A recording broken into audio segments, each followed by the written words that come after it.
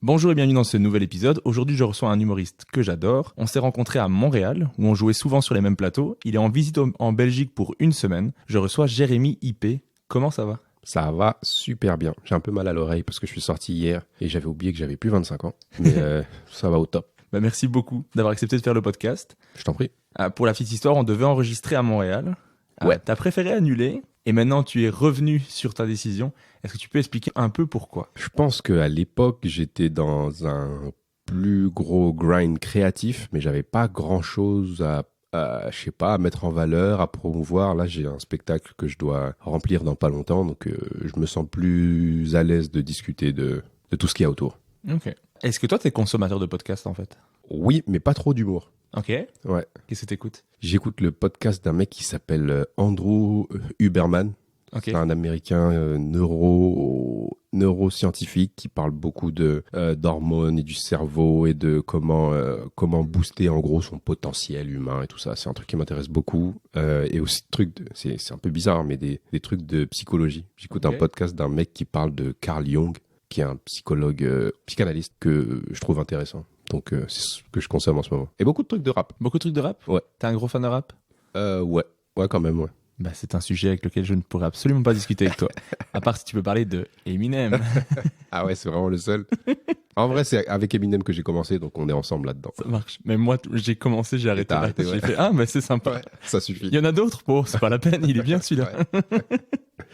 T'es de passage une semaine en Belgique. Ouais. T'as joué tous les soirs de la semaine, plusieurs fois au What the Fun, au Kings of Comedy Club, au Comedy Ket, au Code Comedy Tour, devant 400 personnes. Grâce à moi. Bah ouais. Oui. Merci les passes-dés. Non, en vrai.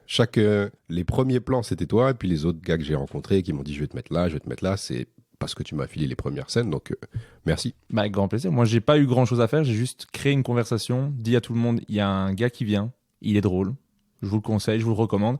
Je pense que les Belges, on a à cœur à ce qu'on soit une bonne terre d'accueil pour les humoristes, tu vois. On veut qu'on dise de nous, et c'est cool de venir jouer à Bruxelles, quoi.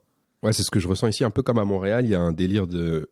chacun fait ses trucs un peu de son côté, mais il y a un délire de groupe que je ressens plus que quand je suis à Paris, où il y a une ambiance qui est cool aussi, mais c'est un peu moins centralisé. J'ai justement te demandé comment tu trouves un peu les plateaux en Belgique. Est-ce que tu as trouvé que le niveau est bon, que les gens sont cool, qu'on est bien accueillis, que les conditions sont chouettes Tu veux dire en comparaison à là d'où je viens ? Ouais, en comparaison à ce que tu as expérimenté ailleurs, quoi. Je trouve que ça ressemble... Après, j'ai pas tant joué que ça, parce que je suis resté quand même 3 ans à Montréal. Paris, c'est chez moi, donc je connais très bien. Mais je trouve que ça ressemble plus à Montréal qu'à Paris, dans le sens où il y a 10 fois plus de gens à Paris. Donc il y a 10 fois plus de gens très forts et 10 fois plus de gens très moyens. Alors que ici, j'ai trouvé que disons que la moyenne générale que j'ai rencontrée, ça ressemble un peu à... Je sais pas si je suis en train de dire de la merde, là. Tu dis ce que tu as ressenti de toute façon. Donc moi, j'ai trouvé que le niveau était assez constant, mais j'ai joué qu'avec les mêmes personnes tout le temps. Oui, tu as croisé souvent les mêmes personnes, et puis tu joues aussi dans les plateaux avec des gens confirmés aussi. Ok. Tu n'as pas fait les open mic ou les scènes un peu plus... Les bourbiers, comme on appelle ça en C'est France. ça. J'allais dire les scènes underground. Okay. Les bourbiers, ça marche aussi. Je veux dire, les scènes un peu moins bien organisées ou qui démarrent, donc il faut un petit peu de temps pour que ça prenne de l'ampleur et tout ça. Là, tu as joué au Kings, qui existe depuis 2012, qui est adapté. J'ai trop aimé l'endroit. Genre, c'est un comedy club, mais ça ressemble vraiment à genre... C'est comme ça que je verrais un comedy club dans un film, quoi. Tu sais, les comedy clubs, genre de Comedy Store. J'ai pas regardé la série, mais je sais qu'il y a la série I'm Dying Up Here, là, elle tourne autour d'un comedy club. Je crois que c'est le Comedy Store. C'est ça. Ouais, c'est le feeling que j'ai eu en arrivant. Je pense que d'ailleurs... Vieux club de jazz. Si je me rappelle bien, quand ils ont voulu créer le comedy club, ils sont allés voir Comedy Store, ils ont vu un petit peu, ils sont inspirés. C'est très inspiré de ça. Ok. Et après Comedy Ket, je trouve que le décor est génial derrière, c'est super beau. C'est plus récent. Ouais. Et puis c'est un peu plus petit en termes de taille et de capacité de monde, mais c'est trop cool. Le What the Fun, c'est chouette, c'est dans des lieux itinérants. Ouais. Après, t'as eu des soirées différentes en fonction de... Je l'ai fait. C'est le réservoir. Réservoir, t'as fait Contrebande le lundi. Oui, c'est ça. Contrebande. J'ai remplacé Bénin à l'animation. Ouais. Le mardi, t'as joué la soirée test. Au réservoir. Ouais. Le mercredi, t'as fait la soirée humour noir. Et c'était genre 2 salles, 2 ambiances. Le même endroit, c'était... le premier soir, on était ensemble, c'était C'était très cool, il y avait une dizaine de personnes, super poli et tout ça, tu sais, un peu timide. Et le lendemain, c'était, j'allais dire le rodéo. Non, c'était rock'n'roll, genre c'était rempli à ras-bord. Et c'était... Mais la soirée Humour Noir est vraiment très populaire au réservoir. C'est une soirée qu'il y a une fois par mois. Ouais. Et donc, en fait, c'est une soirée où il y a les gens qui viennent vraiment pour de l'humour noir. Ils veulent du sang, quoi. Un peu plus. Donc, il y a une ambiance un peu plus, plus dure, plus rock'n'roll. Mais le réservoir, c'est une ambiance de hey, on veut découvrir un petit peu de nouveaux artistes, découvrir de nouvelles blagues. On met une ambiance de ces tests. Donc, il y a des trucs qui vont passer, des trucs qui vont pas passer. Mais c'est trop bien. D'ailleurs, ça m'a fait rire parce que tu es venu à la soirée test. Tu m'as dit que tu allais faire du sûr. Et au final, tu as vu que tout le monde testait, donc tu t'es dit, mais je vais pas faire que du sûr parce que sinon j'ai l'air du gars qui vient juste pour se la péter un petit peu, quoi. Ouais, bah je viens en promo parce que j'ai le spectacle le 16 février. Je reviens, il y a personne qui me connaît ici, donc je me suis dit toute la semaine, je vais prouver à ces gens qui me connaissent pas que je suis drôle. Mais ouais, à une soirée comme ça, je me suis senti comme un nul, quoi. Je me suis dit, bon, je vais jouer beaucoup cette semaine. Je peux profiter de ça pour essayer de créer des trucs, de vivre un vrai moment avec eux au lieu de leur... de me la raconter juste. Mais au final, t'as prouvé que t'étais drôle avec du test aussi. On essaye. Bah ouais. De toute façon, moi, je te trouve drôle, sinon tu serais pas dans le podcast. Je t'aurais pas recommandé aux gens. J'aurais laissé ton message genre, ah zut, je l'ai pas vu. C'est vraiment dommage. Bah merci, ça me touche beaucoup. Bah avec grand plaisir. Surtout pour un gars qui en a vu autant. C'est ça, ouais. Ça fait combien de temps que tu fais le podcast ? Le podcast, je l'ai commencé en 2020. Mais je suis fan de stand-up depuis toujours. Je suis un énorme fan de stand-up. J'en consomme tout le temps. C'est d'ailleurs probablement un des seuls contenus culturels que je consomme. C'est pour ça que j'y connais rien, par exemple, en rap. En musique en général, j'écoute des trucs, mais la plupart des artistes que j'écoute sont décédés, tu vois. Mais tu en écoutes quand même beaucoup ? De musique, non. Parce qu'en fait, j'écoute, par exemple, c'est pour te donner un exemple, sur toute la période où j'étais à Montréal, je pense que de janvier à juin, j'ai pas écouté de musique. T'écoutais que du stand-up ? J'écoutais que des podcasts de stand-up, aussi pour faire mon podcast. J'écoutais du stand-up. Genre tu t'es inspiré d'autres podcasts pour... j'écoute des humoristes qui parlent, des conversations, j'écoute sous-écoute pour rire, des trucs ainsi. Mais j'écoute toujours ça, j'écoute quasiment pas de musique, quoi. Bah moi, j'ai commencé... autour de 2018, mais je pense que de 2013 jusqu'à à peu près l'année dernière, je consommais vraiment que de l'humour. C'est cool parce que genre aujourd'hui, je sais que je sais plein de choses, mais c'est pas très sain. Genre, t'es en train de te dire que je suis pas très sain. Non, pour ma part, en tout cas, ça l'était pas. C'est pour ça que j'ai commencé à me remettre dans d'autres choses, à écouter de la... Enfin, j'ai raté tellement de choses. Genre, PNL, je suis passé à côté. Parce que juste, j'écoutais des vieux albums des années 70 de Red Fox, mais c'est genre... tu te rends compte que, c'est ça, la culture, elle m'est passée à côté. Il y a PNL que j'ai raté, un peu d'Adju. Tu connais d'Adju ? Je connais d'Adju de nom, mais... Ben ouais, tu vois, tous ces trucs de culture pop que t'es censé avoir vécu avec les autres, moi, je suis un peu genre... Ok. Mais ça me fait un peu chier. Que moi, pour le coup, pas trop. Parce que quand j'ai déjà écouté PNL, j'ai fait, je comprends pas ce qu'il y a autour. Moi, c'est le problème avec le rap, que je comprends pas toujours ce qu'il y a autour. Mais c'est juste un art qui me touche ça pas te touche moins, je comprends. Bah moi, c'est vu les personnes avec lesquelles j'évolue, ça devrait me toucher. Et en fait, ça me fait chier que ça me touche pas comme eux. J'aime ce qui se passe, mais pas autant, je suis pas autant dans le feeling qu'eux. Et ça m'énerve. Mais c'est con. Mais donc, on l'a mentionné, tu vas jouer ton spectacle au Kings of Comedy Club le 16 février à 21h. De quoi parle ce spectacle ? Ce spectacle parle de vous. Non, je rigole. C'est un genre de bouillon des pensées qui tourne dans ma tête en ce moment. C'est ce qui est je pense que c'est ce qui est un peu dans l'air du temps pour les gens de ma génération. Je parle un peu de santé mentale, mais c'est marrant. Je parle de ma famille, je me projette un peu sur l'avenir, un petit peu d'éco-anxiété aussi, un petit peu. Ce genre de choses, mais c'est en constante évolution. Vraiment, c'est genre... je sais que ce soir, je vais tester des trucs que j'ai encore jamais dit, et puis des trucs que je fais actuellement, le 16 février, ils seront plus là. Enfin, ça évolue, tu sais comment ça marche, quoi. Mais est-ce que c'est la première fois que tu vas jouer ? 1 heure, ouais. 1 heure ? Ouais. Première fois au Kings en Belgique ? Ouais. Et t'avais pas eu envie de le faire avant à Paris, devant des gens qui te connaissent un peu plus ou quoi ? T'avais envie que ce soit la première ? J'aime bien l'idée que ce soit devant des gens qui me connaissent pas trop. Parce que je pense que ça va être plus honnête. Ça va être plus confrontant pour moi. Et plus challengeant et que...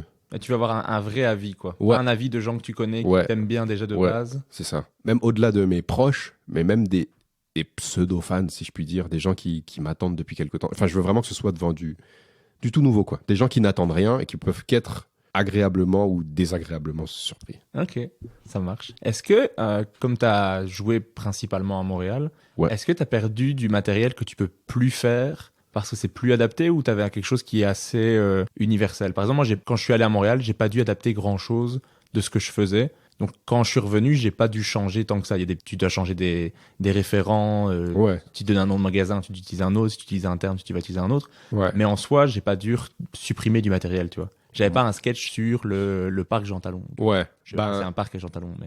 Non. Le marché Jean Talon, ouais. J'habitais juste à côté en plus. Non, des passages complets, non, c'est plus comme tu as dit, des référents, etc. Ça j'en avais quelques-uns. Mais après, j'écris beaucoup et ça change beaucoup et j'oublie des choses. Je sais que j'avais un set sur les parcs à Montréal, mais je pense que c'est quand même un set assez universel, dans le sens où je pourrais le jouer par rapport au parc de Vincennes, non, aux autres Vincennes. Ah non. Je sais plus. Je sais pas te dire, mais connaissance en rap et en parc, c'est pas... Je suis en train de dire de la merde. Mais ouais, non, je pense que c'est assez universel. Tant que tu parles français, normalement, ça doit fonctionner plus ou moins. Et t'es rentré quand de Montréal, en fait? Mi-août. Fin août, le 20 août, j'étais à Paris. Et comment s'est passé le retour à Paris? C'est comme accéléré d'un coup, genre. C'est comme un gros coup d'accélérateur, parce que Montréal, c'est cool. Il y avait la possibilité de jouer, d'écrire, de tester un peu plus avec un rythme gérable. Alors qu'à Paris, je trouve que ça joue beaucoup et c'est dur de suivre le rythme. Enfin, il faut s'y réadapter, quoi. Là, ça commence à revenir. Mais je pense que j'ai aussi compris à quel point j'ai besoin de jouer par rapport à comment j'écris. Genre là, quand je vais rentrer, donc je rentre la semaine prochaine, entre fin décembre et mi-février, j'aurais moins besoin de jouer que j'ai joué jusqu'à présent. Ouais. Mais peut-être plus jouer sur du gros format, faire des 20 minutes, des 30 minutes. Par exemple, ce soir, tu joues 5 fois. Ouais. C'est un fameux rythme quand même. Ouais, mais c'est un truc que j'aime bien une fois de temps en temps. Okay, ouais. Et avant, j'avais un peu plus cette âne de faut que ce soit comme ça tous les soirs. Mais c'est pas forcément nécessaire, obligatoirement. Ça dépend de ce que tu travailles, de comment tu travailles, de si tu as besoin de muscler des trucs, de si tu as besoin de tester complètement. Ça dépend d'où tu en es dans ta création. Et est-ce que Montréal te manque? Il y a des trucs de Montréal qui me manquent, mais je suis pas trop un gars nostalgique. C'est genre quand j'étais à Montréal, ma famille me manquait et tout, mais non, j'y retournerai le jour où je dois y retourner, mais non, je suis bien là où je suis. Non. Ok. Ouais. Mais est-ce que ça te tenterait genre de faire un peu comme Nordine Gonzo a fait, Edgar Rive et tout, de venir genre au Zoufest jouer un spectacle à Montréal, ouais, absolument. avec quelque chose de une plus longue forme et venir un peu revoir les copains et tout. Ouais, absolument. Ça, ouais, de ouf. Surtout que j'ai vraiment créé des relations à Montréal. Il y a plein d'humoristes que j'ai adorés, plein de gens aussi qui travaillent dans l'industrie, avec qui on a beaucoup connecté. Et puis le public montréalais, en vrai, il est différent de celui que je connais à Paris. Mais j'adore les deux énergies. Mais Montréal, c'est particulier. Ils aiment autant les blagues que les humoristes, parfois. Tu sens qu'ils sont vraiment contents d'être là. À Paris, il y a une énergie que je comprends aussi frérot, des spectacles, il y en a 15 000 tout autour. Donc, je pourrais être ailleurs, là. Il y a un petit peu ce truc-là que je comprends parce que c'est vrai. Donc, il y a aussi ce truc-là où tu te dis, il faut s'adapter, quoi. Ok, ouais. La différence est là. Mais c'est vrai qu'à Montréal, au final, pour une ville si grande et si fan de stand-up, il n'y a pas tant de lieux vraiment pour le stand-up pur, pour le comedy stand-up club. pur, ouais. Il y a le Terminal, il y a le Bordel qui sont en stand-up pur, tu vois.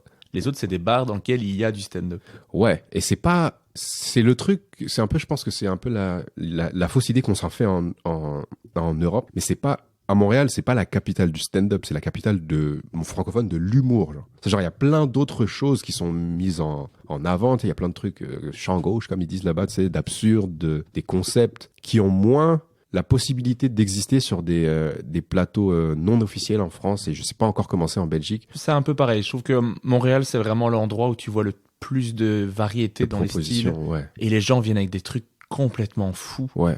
Moi, c'est vraiment un truc qui me manque de Montréal, c'est de voir des gens qui arrivent avec un truc qui, des fois, je suis complètement à côté, je ne comprends pas du tout ce qui se passe. S.O. Félix Gravel. Ouais.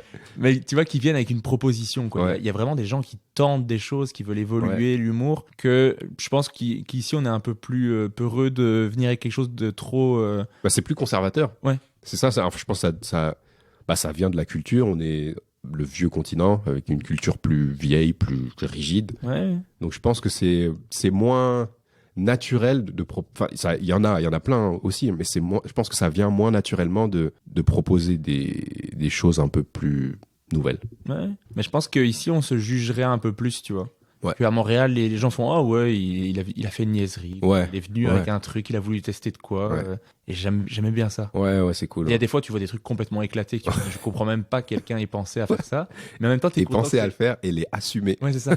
Mais t'es content que ça existe un peu. Mais oui, à Montréal, il y a vraiment de tout. Je me rappelle, on était voir ensemble un spectacle au Minifest. Je dirais pas le spectacle parce que c'est pas spécialement cool pour eux. Mais moi, j'adorais parce que je trouvais que c'était une proposition absurde au possible. Ouais, je me rappelle. Et toi, tu t'es vraiment posé au bar, t'as regardé, t'as fait. Ouais, bon, allez, les gars, moi j'y vais. Ouais, je me rappelle. Bah, parfois, il y a des fois où genre je comprends pas forcément la proposition, mais il y a quand même de l'intérêt. Je me dis, il se passe un truc que j'arrive pas à saisir et je vais rester et m'accrocher et ça finit par me prendre. Là, je sentais que c'était totalement hermétique. Et c'était genre, je vais pas rentrer dedans, je suis juste en train de perdre mon temps. En plus, j'étais au premier rang et je me suis dit, mon visage, il peut les perturber. Je suis tellement pas dans le délire que... T'es dans l'empathie de se dire, ils me voient, ils vont pas passer un bon moment alors que je suis content qu'ils fassent ça. Ouais. Amusez-vous. Ouais, il y en avait que je connaissais et tout ça, mais j'étais juste, non, je capte pas. Je comprends. Que par chez nous, en tout cas en Belgique, parce que moi je connais pas assez bien la France, quand t'as quelque chose que tu trouves mauvais, c'est juste que c'est du mauvais stand-up où les blagues sont pas drôles,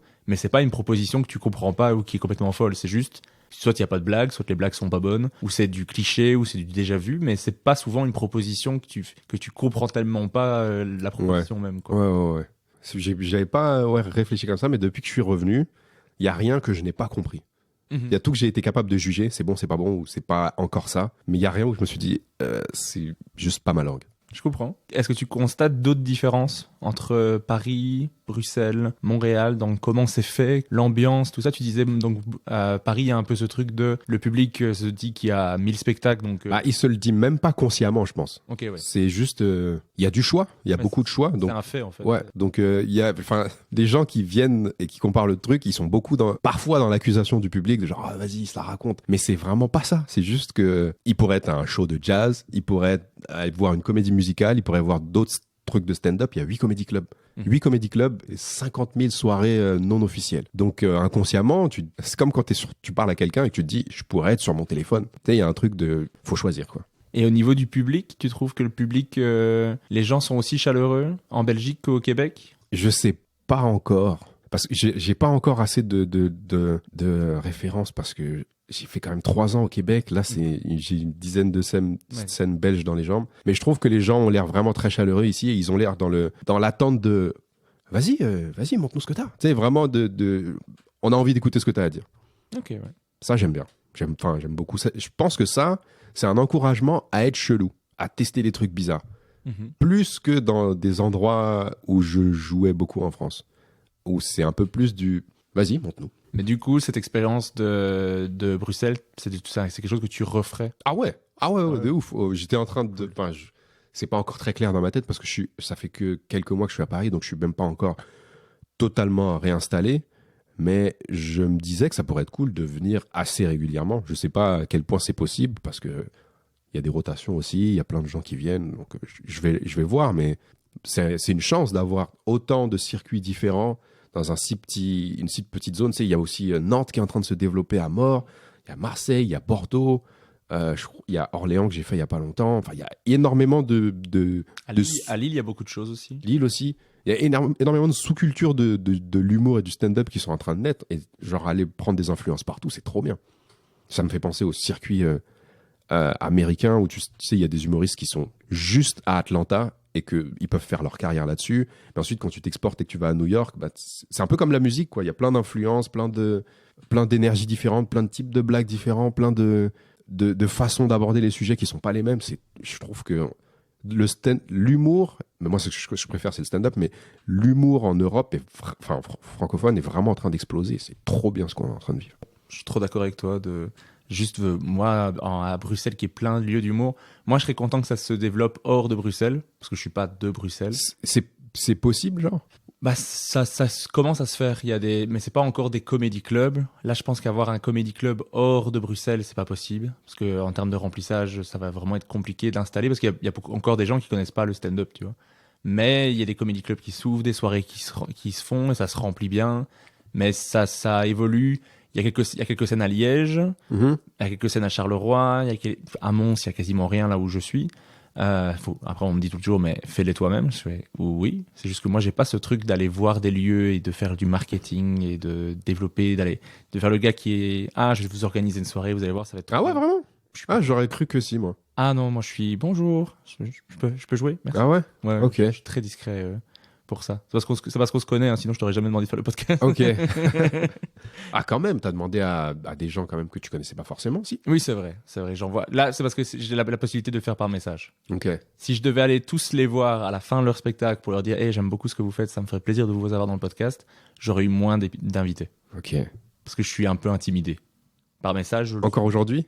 Ouais. Même après avoir rencontré des gens que t'admirais, tu m'avais parlé d'Adib, que t'étais un inconditionnel. Ah, mais ouais. Mais même après l'avoir rencontré, t'as toujours pas pété la bulle de star. Non, Okay. c'est limite même encore plus. Parce que ouais? quand je lui ai parlé, je fais il est trop cool en plus.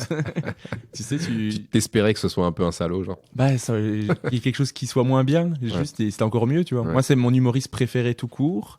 Je lui ai envoyé un message. Il m'a répondu tout de suite, genre, ok, on fait le podcast. J'ai fait l'épisode avec lui, j'ai adoré chaque seconde de l'épisode. Quand je le partage, il le repartage. Je vois que des fois, il regarde mes stories. Je suis trop content. Okay. C'est mon humoriste préféré, tu vois. Ouais, c'est cool. C'est cool d'avoir accès comme ça aux gens qu'on respecte et qu'on admire. Bah à fond. J'ai eu Yacine Bellous dans le podcast qui est aussi un de mes humoristes vraiment dans mon top. Il a participé à la campagne de financement pour le matériel mais non aujourd'hui. Ah ouais.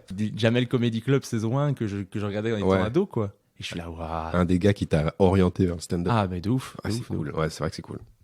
Ouais, je trouve ça cool. Il y a une phrase qui dit genre il faut jamais rencontrer ses héros. Toi t'es genre l'antithèse de ça. Ah moi je suis l'antithèse de ça. Mais après je les rencontre dans un contexte de on fait un podcast, on les interviewe et on les met en avant. Imagine, t'es un gros fan d'Astérix et puis tu vas rencontrer Gérard Depardieu. À mon avis, l'expérience, c'est pas la même. C'est pas la même. J'avoue. J'avoue qu'il y a peu de choses pour défendre Gérard Depardieu. Je sais pas si t'as vu les images de compléments d'enquête. Oui. Je l'ai regardé hier et c'était... Je suis sûr qu'il y a tous les misogynes du monde qui ont regardé la vidéo et qui ont fait... Putain, mais même moi, j'arrive plus à le défendre. La défense se retire. C'est bon, lui, prenez-le. Ouais, on va défendre les autres. Est-ce que j'aurais oublié de mentionner quelque chose par rapport à ton actualité? Est-ce qu'il y a autre chose qui est en développement Je suis dans le processus de commencer à créer du contenu vidéo. Ok. Parce que mon compte Instagram, c'est abusé. Ah mais t'as 4 photos quand même, c'est pas mal quand même. Je me suis fait engueuler par une dame du public en sortant du terminal. Ah ouais? Ouais, c'était, je crois que j'ai fait un 3x20 avec Fred Côté, Cyril Ives, c'était un 4x20, Fred Côté, Cyril Ives et Radi au Québec. Ouais. Et ça s'est bien passé. Et en sortant, il y a une dame qui vient me voir. Ouais, où est-ce qu'on peut te suivre? Une dame un peu plus vieille. Où est-ce qu'on peut te suivre, fiston? Je lui donne mon Instagram. Et puis, elle fait mine d'aller sur Instagram et de s'en aller. Et là, elle revient vers moi. Elle me dit ah non, ça par contre, c'est pas possible. Va faire un truc, va falloir que tu fasses un truc. Tu vas me changer ça. Et quand je reviens, il y a plus d'abonnés. Je vais travailler, madame. Ça va. Mais t'as quand même publié aussi une vidéo où on te voit faire du stand-up. Il y en a une seule. C'est le sketch sur Jeffrey Dahmer, sur la série. Ah ouais, je l'ai enlevé. Tu l'as enlevé? Non, ouais. Elle est encore sur ton Facebook. Non. En tout cas, hier soir, elle y était encore. Merde. Ok. Merde. Mais okay. Elle est bien, la vidéo.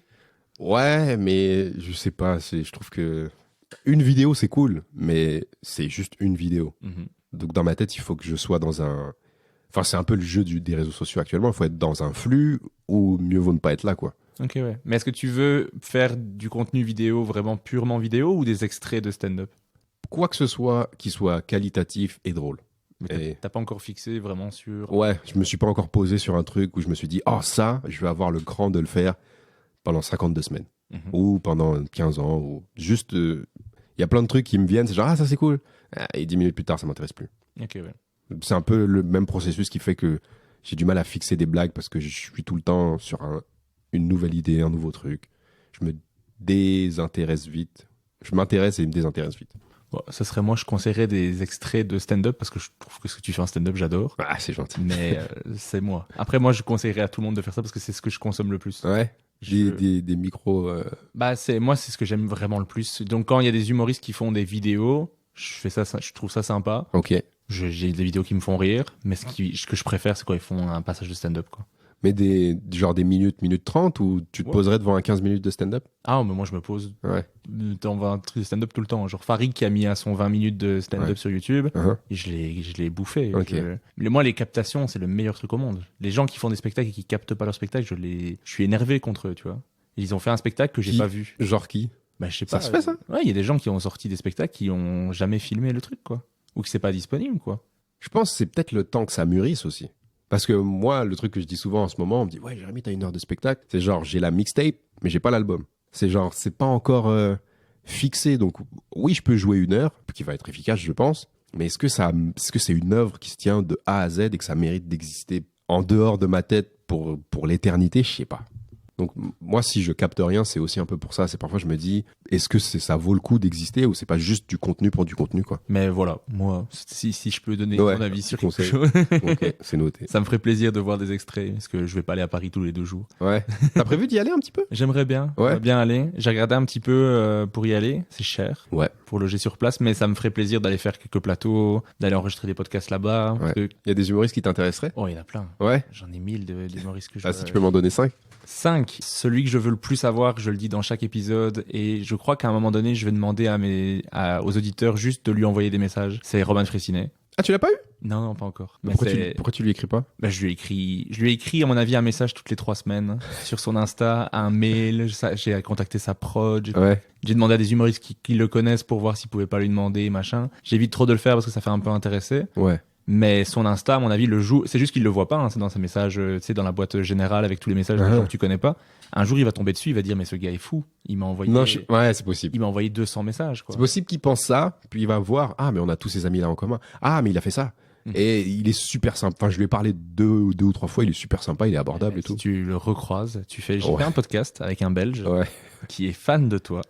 Je pense pas que la décision viendra de mon conseil, mais s'il voit que tu as travaillé, enfin que tu as fait le podcast avec Adib En vrai, je crois que c'est juste l'info qu'il est pas au courant, tu vois. Ouais. Je pense vraiment que s'il reçoit l'info et en tout cas il me répondra, mais je sais pas, un truc dehors, il est pas sympa, il me répond pas, c'est juste qu'il a pas l'info. Ouais. Et j'ai juste pas accès à Roman Frécinet.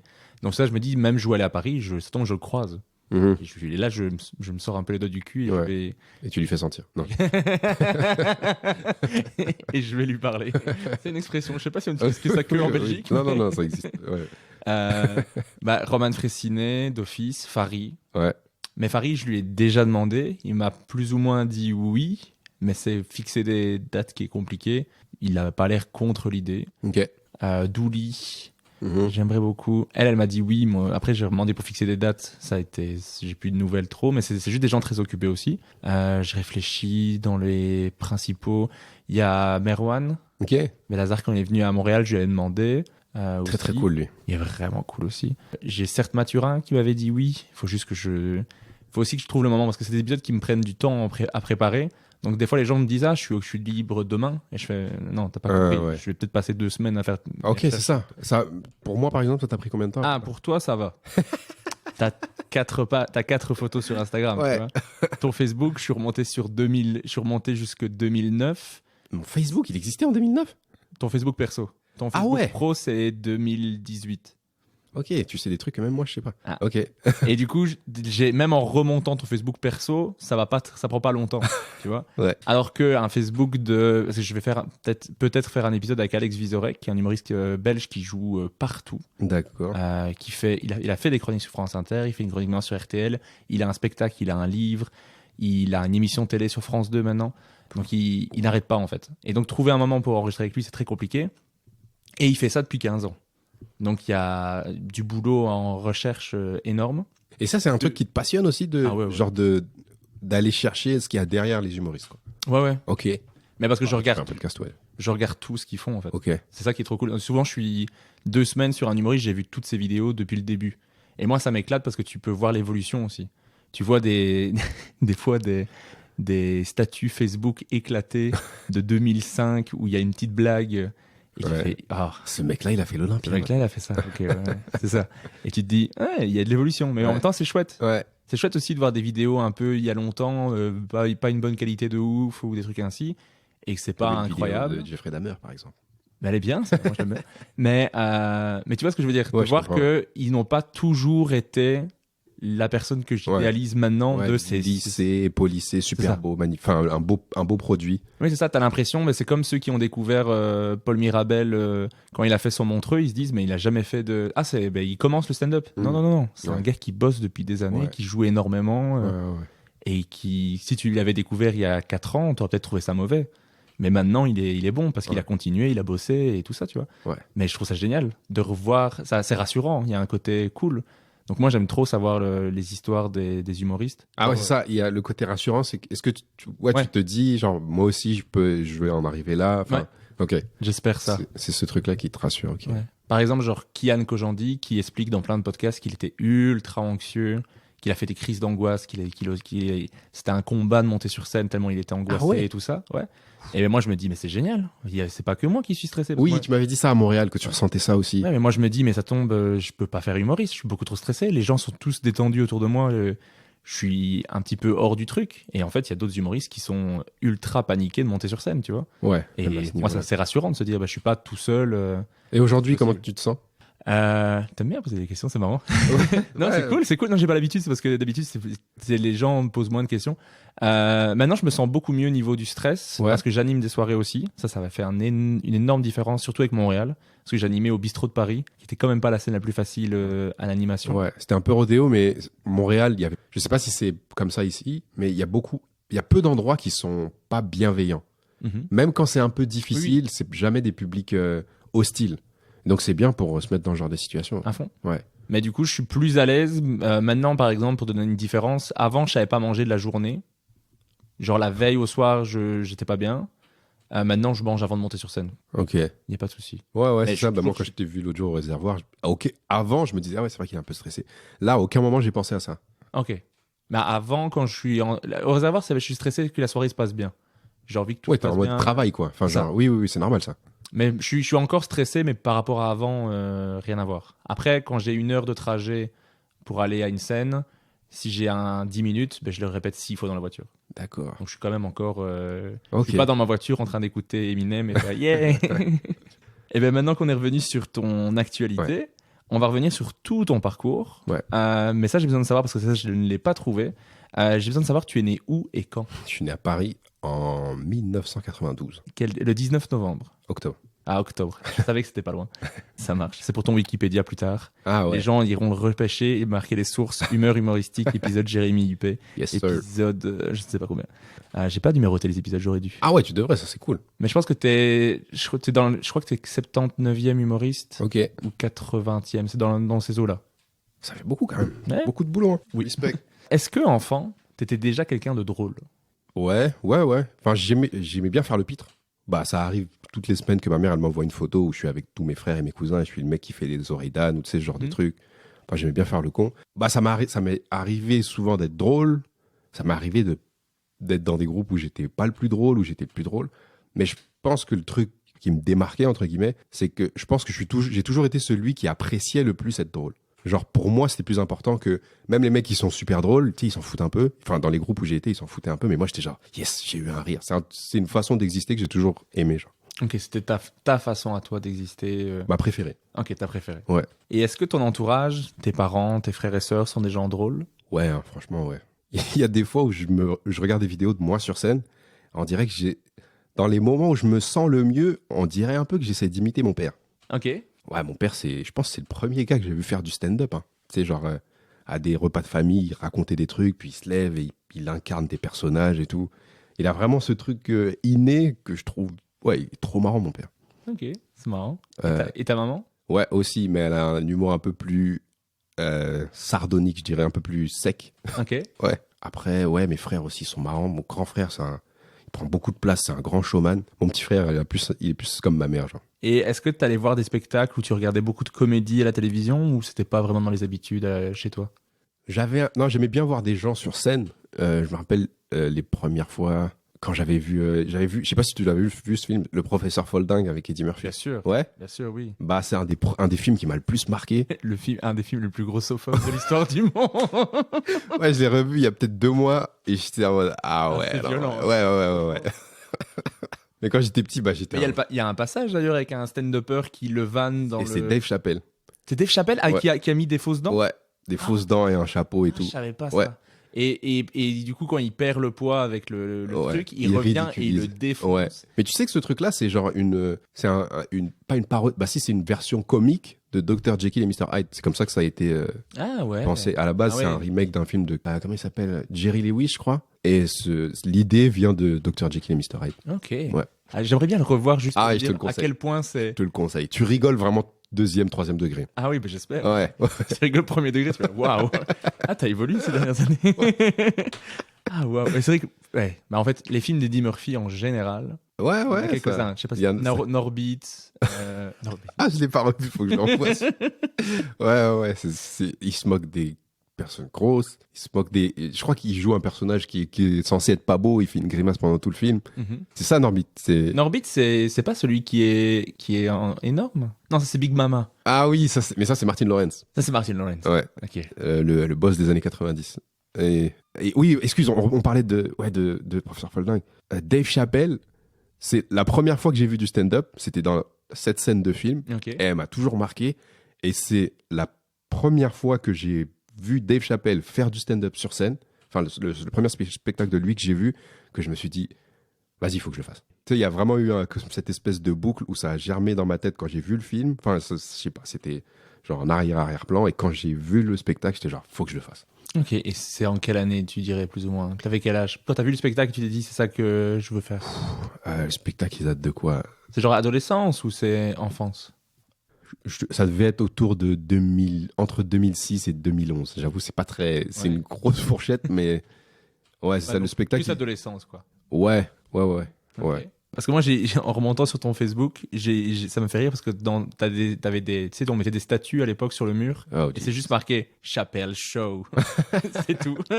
Ça, il y avait une époque où je partageais des vidéos que j'avais vues. Mhm. Peut-être que j'avais partagé un lien et qu'il a sauté depuis. Ah, ou c'est je possible. sais pas. Après, il y a quelques liens de vidéos de Dave Chappelle, il y a Ouais, Chris Chris Rock, Rock, Thomas Njijol, pas mal aussi. Ouais. Est-ce que c'est vraiment des gens qui t'ont marqué, qui ont été importants?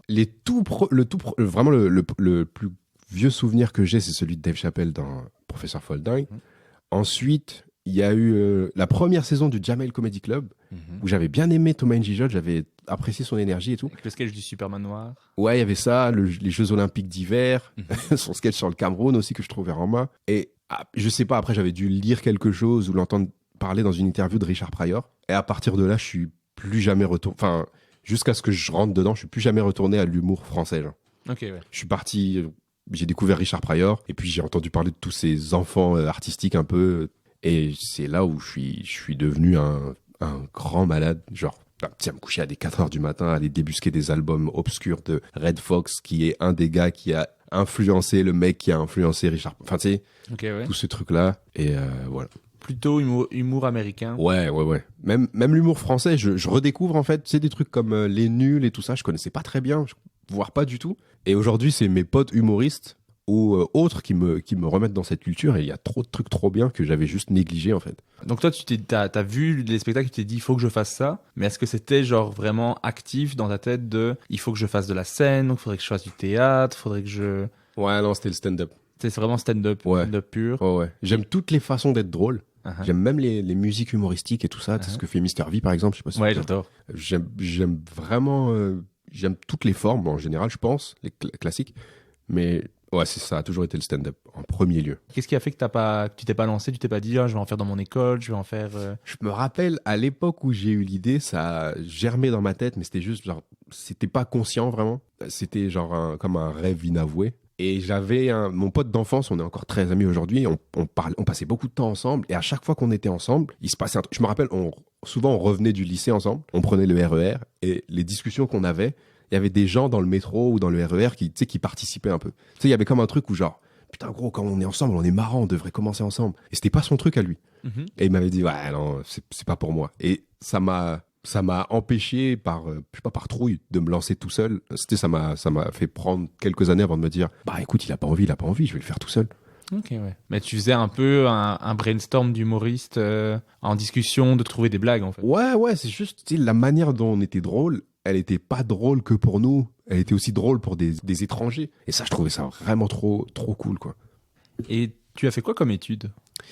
J'ai fait, en obtenant mon bac, je suis parti vivre 1 an à Londres dans un institut de langue. Trop bien. Ouais, c'était sympa. J'ai surtout appris à être très très sourd en anglais. C'est trop bien. Mais donc, tu as été là-bas. Ouais. Ok. Et c'est dans un institut de langue qui s'appelle, je sais pas si ça existe encore, ça s'appelle LSI, où je faisais que de l'anglais toute la journée. Mhm. Et le soir, j'allais boire de la Guinness. Ok. Après ça, j'ai fait un concours pour rentrer dans une école de commerce. Ok. Donc, j'ai fait une école de commerce en 5 ans. J'ai un master 2 en commerce international. Tu dis ça avec une détente. Oh. Bah, Bon. c'est un diplôme, hein, ça veut pas dire grand-chose que... Ouais, Bah. ça reste à rester des études et tout. Ouais. Bon, c'est cool. Ouais, c'est sympa. J'aurais jamais su faire des études d'une école de commerce, tu vois. Pourquoi? Bah déjà, j'ai pas l'intérêt. Moi, quand, Bah. quand ça m'intéresse pas, j'aurais jamais su faire des études de quelque chose qui m'intéresse pas, tu vois. Ouais. C'est pour ça que j'étais que prof de langue, parce que les langues, j'ai toujours compris pourquoi on devait les apprendre. Ouais. Tu veux parler anglais, bah tu dois apprendre comment on parle anglais, c'est tout. Mhm. Et tout ce qu'on apprend, peu importe pendant n'importe quel cours, tout ce que tu apprends, tu l'utilises à un moment donné. Ouais. Tout le reste, je comprends. C'est toujours pratique, quoi. C'est ça. Et le néerlandais, tu parles ça d'où? Enfin, pourquoi? Bah parce qu'en fait, quand c'est ma première langue qu'on apprend à l'école. Enfin, moi, je l'ai appris d'abord en première langue à l'école, parce que c'est la deuxième langue de la Belgique. Ok. Enfin, il y a 3 langues officielles en Belgique. Donc, le français, le néerlandais et l'allemand. L'allemand, il est très, très peu parlé. C'est 300 000 personnes en Belgique. Après, les 2 autres langues, c'est 50-50. 50-50, ouais. Et moi, j'ai appris ça en primaire, puis en secondaire. Puis après, quand tu fais des études pour faire prof, qui a un bac en 3 ans, tu fais les 2. Ok. Et anglais et néerlandais, en fait. Donc t'es fluent les 3? Je suis en néerlandais, je suis pas complètement fluent. J'aimerais bien parler mieux. En anglais, ouais. Mais Ok. en anglais, je fais les stand-up en anglais aussi maintenant, Ouais. depuis quelques années. J'adore ça. Ça m'éclate. Ok. Et toi, t'as jamais fait stand-up en anglais? Si, j'en ai fait quelques fois à Paris avant d'aller à Montréal, et une fois à Montréal, et une fois à New York. Ok. Ouais, dans un open mic à New York, j'y étais allé en 2018. Ok. Je me suis sign up, ça avait très bien marché, mais je pense qu'il y avait un peu un délire de « Ah, il est français Ok, ouais. ». Mais c'était cool. Mais à Montréal, t'en as pas tant profité que Non, ça pas pour tant. il y avait des trucs cool. Ouais, il y avait des trucs cool, mais la fois où je l'ai fait, ça avait été un petit peu compliqué, je sais plus pourquoi. Juste de s'inscrire et tout, ça a l'air... c'est un peu plus opaque comme façon de fonctionner par rapport au système francophone. Et je jouais tellement qu'à un moment, je me suis dit, bon, je vais me concentrer là-dessus. Mais je garde un peu dans l'idée de m'y mettre plus tard, quand j'aurai réalisé ce que je pense que j'ai réalisé en français. Mais je pense que même à Paris, il y a de plus en plus de scènes Ouais, ça se fait. anglophones. Ouais. Mais à Bruxelles, il y en a plein. Cool. Genre, avant que je parte de Montréal, il devait y en avoir peut-être 2. Maintenant, il y en a genre 7, tu vois. Et il y a beaucoup de gens qui parlent anglais à Bruxelles? En fait, comme il y a la Commission européenne, Ouais. il y a beaucoup de gens qui viennent un peu du monde entier, puisque comme capitale de l'Europe, tu as tous les pays qui viennent un peu. Ouais. Donc il y a beaucoup de gens qui sont là, et il y a beaucoup d'expats, mais à Bruxelles. Tu quittes D'accord. Bruxelles, il y a personne qui parle anglais. Ok. Enfin, il y en a beaucoup, beaucoup moins. Ouais. Donc d'office, ça se fait à Bruxelles, quoi. Et c'est combien de gens en tout, la Belgique?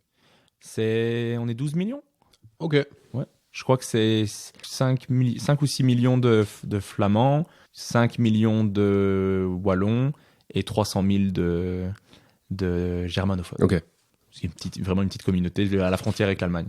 Ok. Voilà, c'était le petit point géographie de la Belgique. Ouais, y a un peu histoire aussi, faut que je me renseigne là-dessus. J'y connais rien, et c'est humiliant un peu. Ah bah, l'histoire de la Belgique, ça va être il n'y a pas que des belles choses à ouais, raconter. Il y a des choses que je sais, ouais. Ça, c'est le moment malaisant pour moi. Ah, écoute. Bah, j'étais pas là. Ouais, c'est ça. Il n'y a personne de responsable ici. T'es vraiment gêné, mais c'est bon. Bah non, mais ça me fait juste rire. On va se venger. Non, je rigole. Aujourd'hui, je regarde J'appelle mon frère. Ah ouais. Attrape-le. IP pour tous les autres.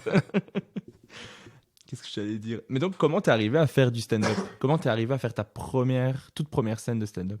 Ma première scène de stand-up, je venais d'obtenir mon master et j'étais pas heureux. Et je me suis dit, bah, en vrai, ça fait presque 10 ans que tu y penses. Essaye pour voir. Et genre, encore aujourd'hui, je fais des cauchemars. Enfin, pas des cauchemars, mais il y a des moments où j'ai vraiment peur, où je pense à, putain, imagine, imagine tu t'étais pas décidé à le faire. Mhm. Qu'est-ce que tu serais aujourd'hui? Parce que j'ai fait ma première scène et j'en ai fait 1 ou 2 ou peut-être 3. Et ensuite, j'ai décroché un boulot où je travaillais dans une start-up et tout. Et j'étais commercial. Et en vrai, ça se passait plutôt bien. Mhm. Tu sais, tu touches des primes en tant que commercial, tu te fais de l'argent et tout.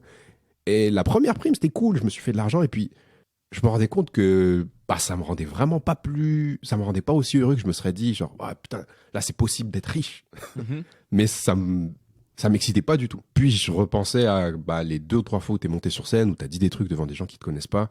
Le degré de joie, entre guillemets, que je ressentais, ça me paraissait évident. Donc j'ai arrêté.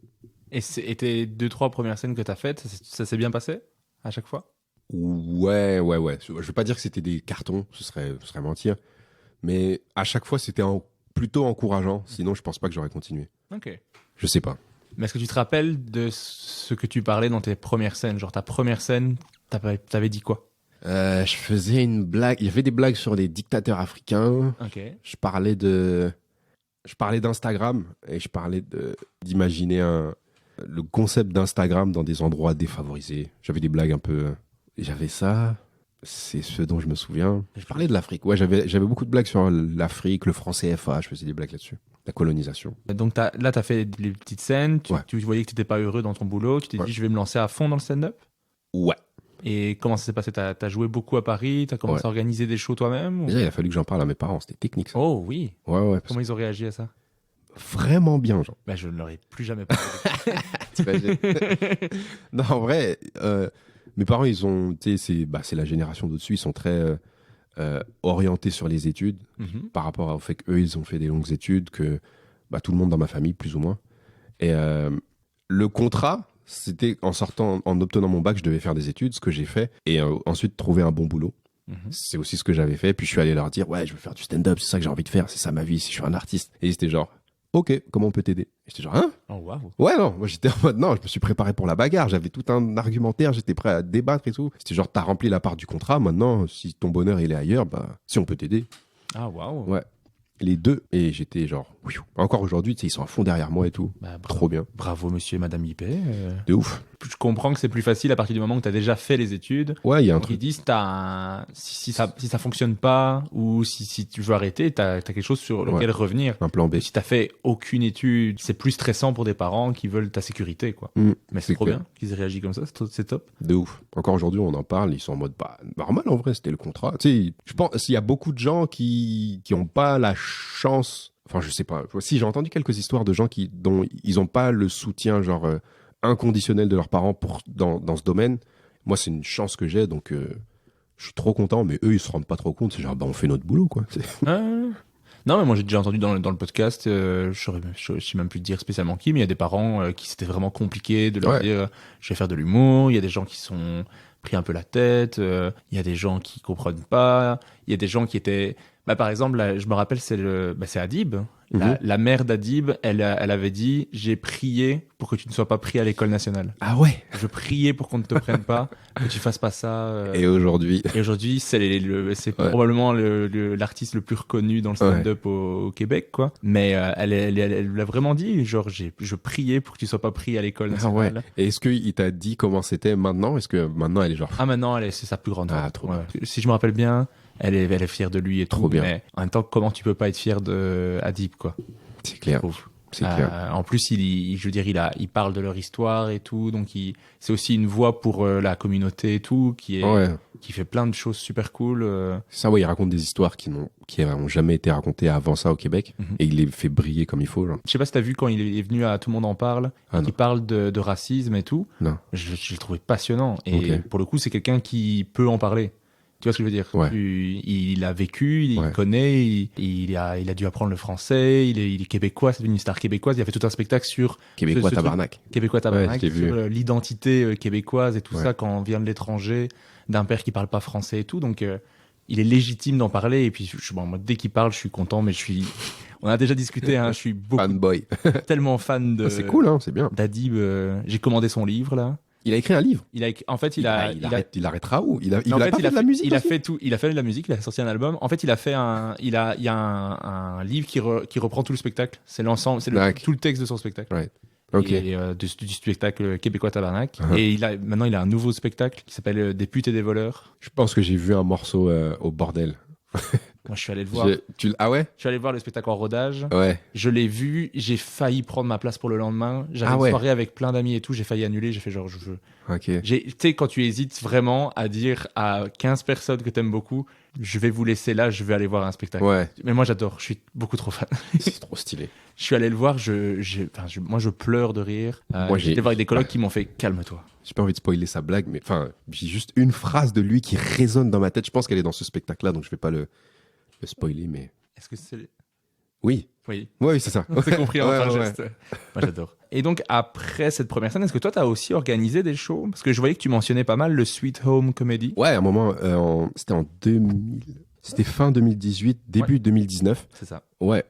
C'était dans les 6 premiers mois, j'organisais Enfin, je faisais partie d'une troupe. J'organisais pas très bien, j'avoue. Moi, je suis pas très bon dans la logistique. Mais je faisais partie d'une troupe où on organisait toutes les 2 semaines à la cantine du 18e, resto bar, une soirée où on testait des blagues. Et dans cette troupe-là, il y avait Ike, qui aujourd'hui il est résident au Paname, il a son spectacle et tout ça. À Paris, ça tourne bien, très marrant, très sympa. Il y avait Guillaume Dolé, Yazida Soumani, avec qui on est très potes aujourd'hui.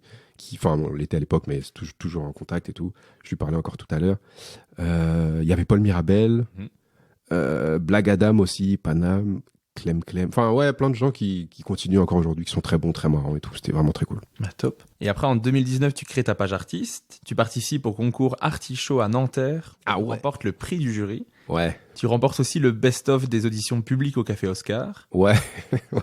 Est-ce que tu as aimé ça, genre les concours d'humour? Parce que ici, tu as fait aussi le Comédia Fest cette année, en 2023. Ouais. Oui, à Québec. Le concours Jeunes Talents. Ouais. Est-ce que tu aimes ça, cette ambiance concours d'humour, ou c'est quelque chose que tu dis, il faut les faire, donc je l'ai fait? Avant, je me posais pas la question. Et depuis que j'ai l'impression d'avoir un peu plus cartographié ce que c'est l'humour, à quoi ça doit ressembler et tout, je suis plus trop à l'aise avec le concept, mais ça fait partie du jeu.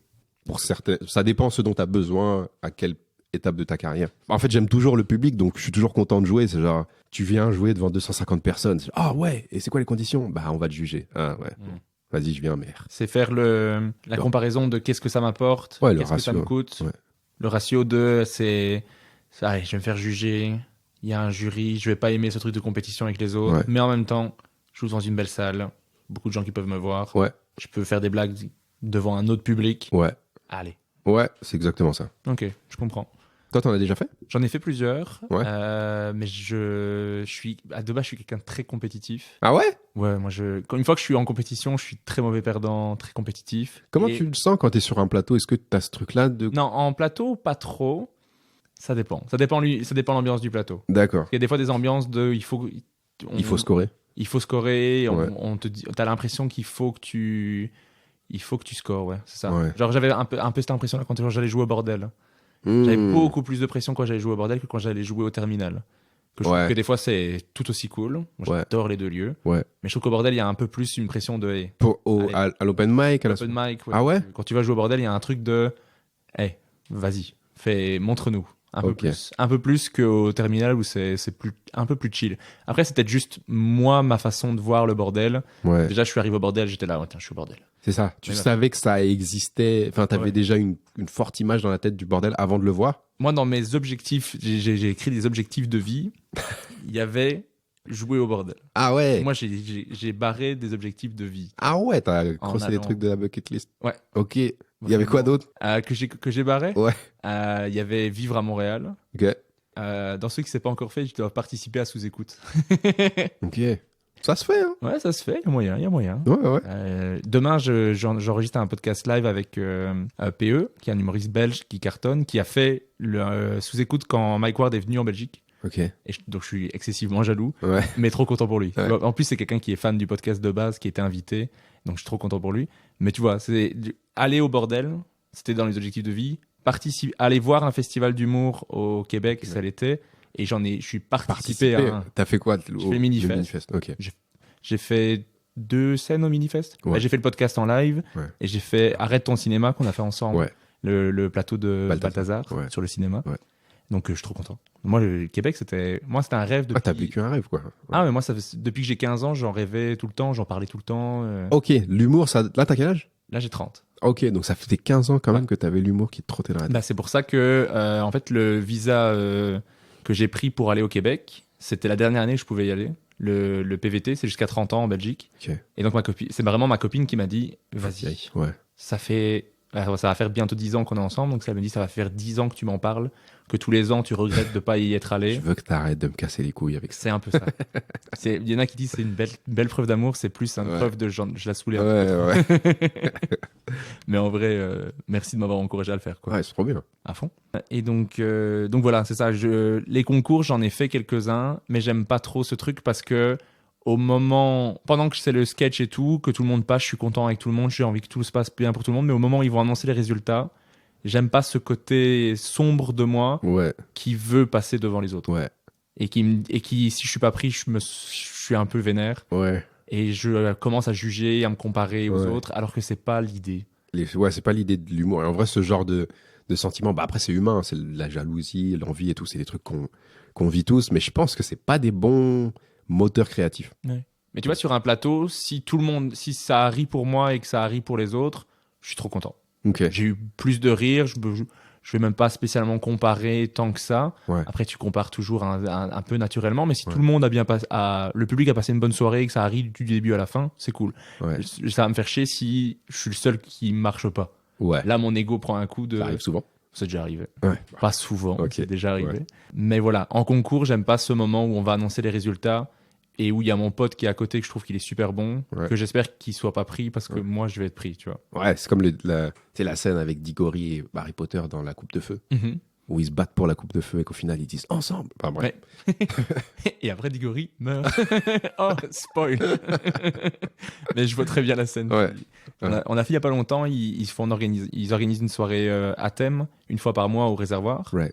C'est une soirée sur le thème d'Harry Potter, donc on avait fait des sketchs Harry Potter, on avait fait sur Seigneur des Anneaux et tout, et moi je suis un gros fan de Harry Potter, donc j'étais trop content de faire des blagues là-dessus.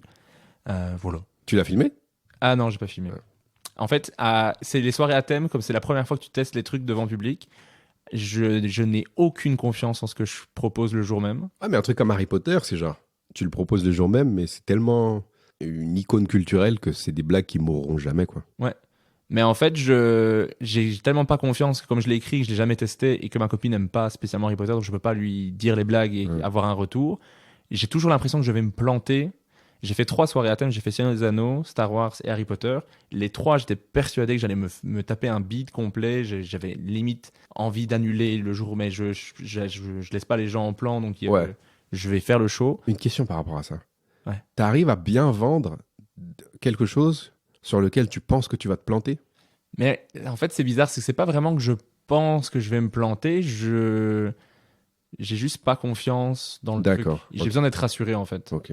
Mais en soi, je pense quand même que j'ai écrit le mieux que ce que je pouvais faire. Tu vois ce que je veux dire? Ouais. Et donc quand j'arrive, j'ai pas confiance, donc en fait, je me dis même pas je vais la filmer, peut-être que je vais la mettre sur les réseaux sociaux, je me dis juste vends le mieux que tu peux pour que ça se passe bien. Ouais.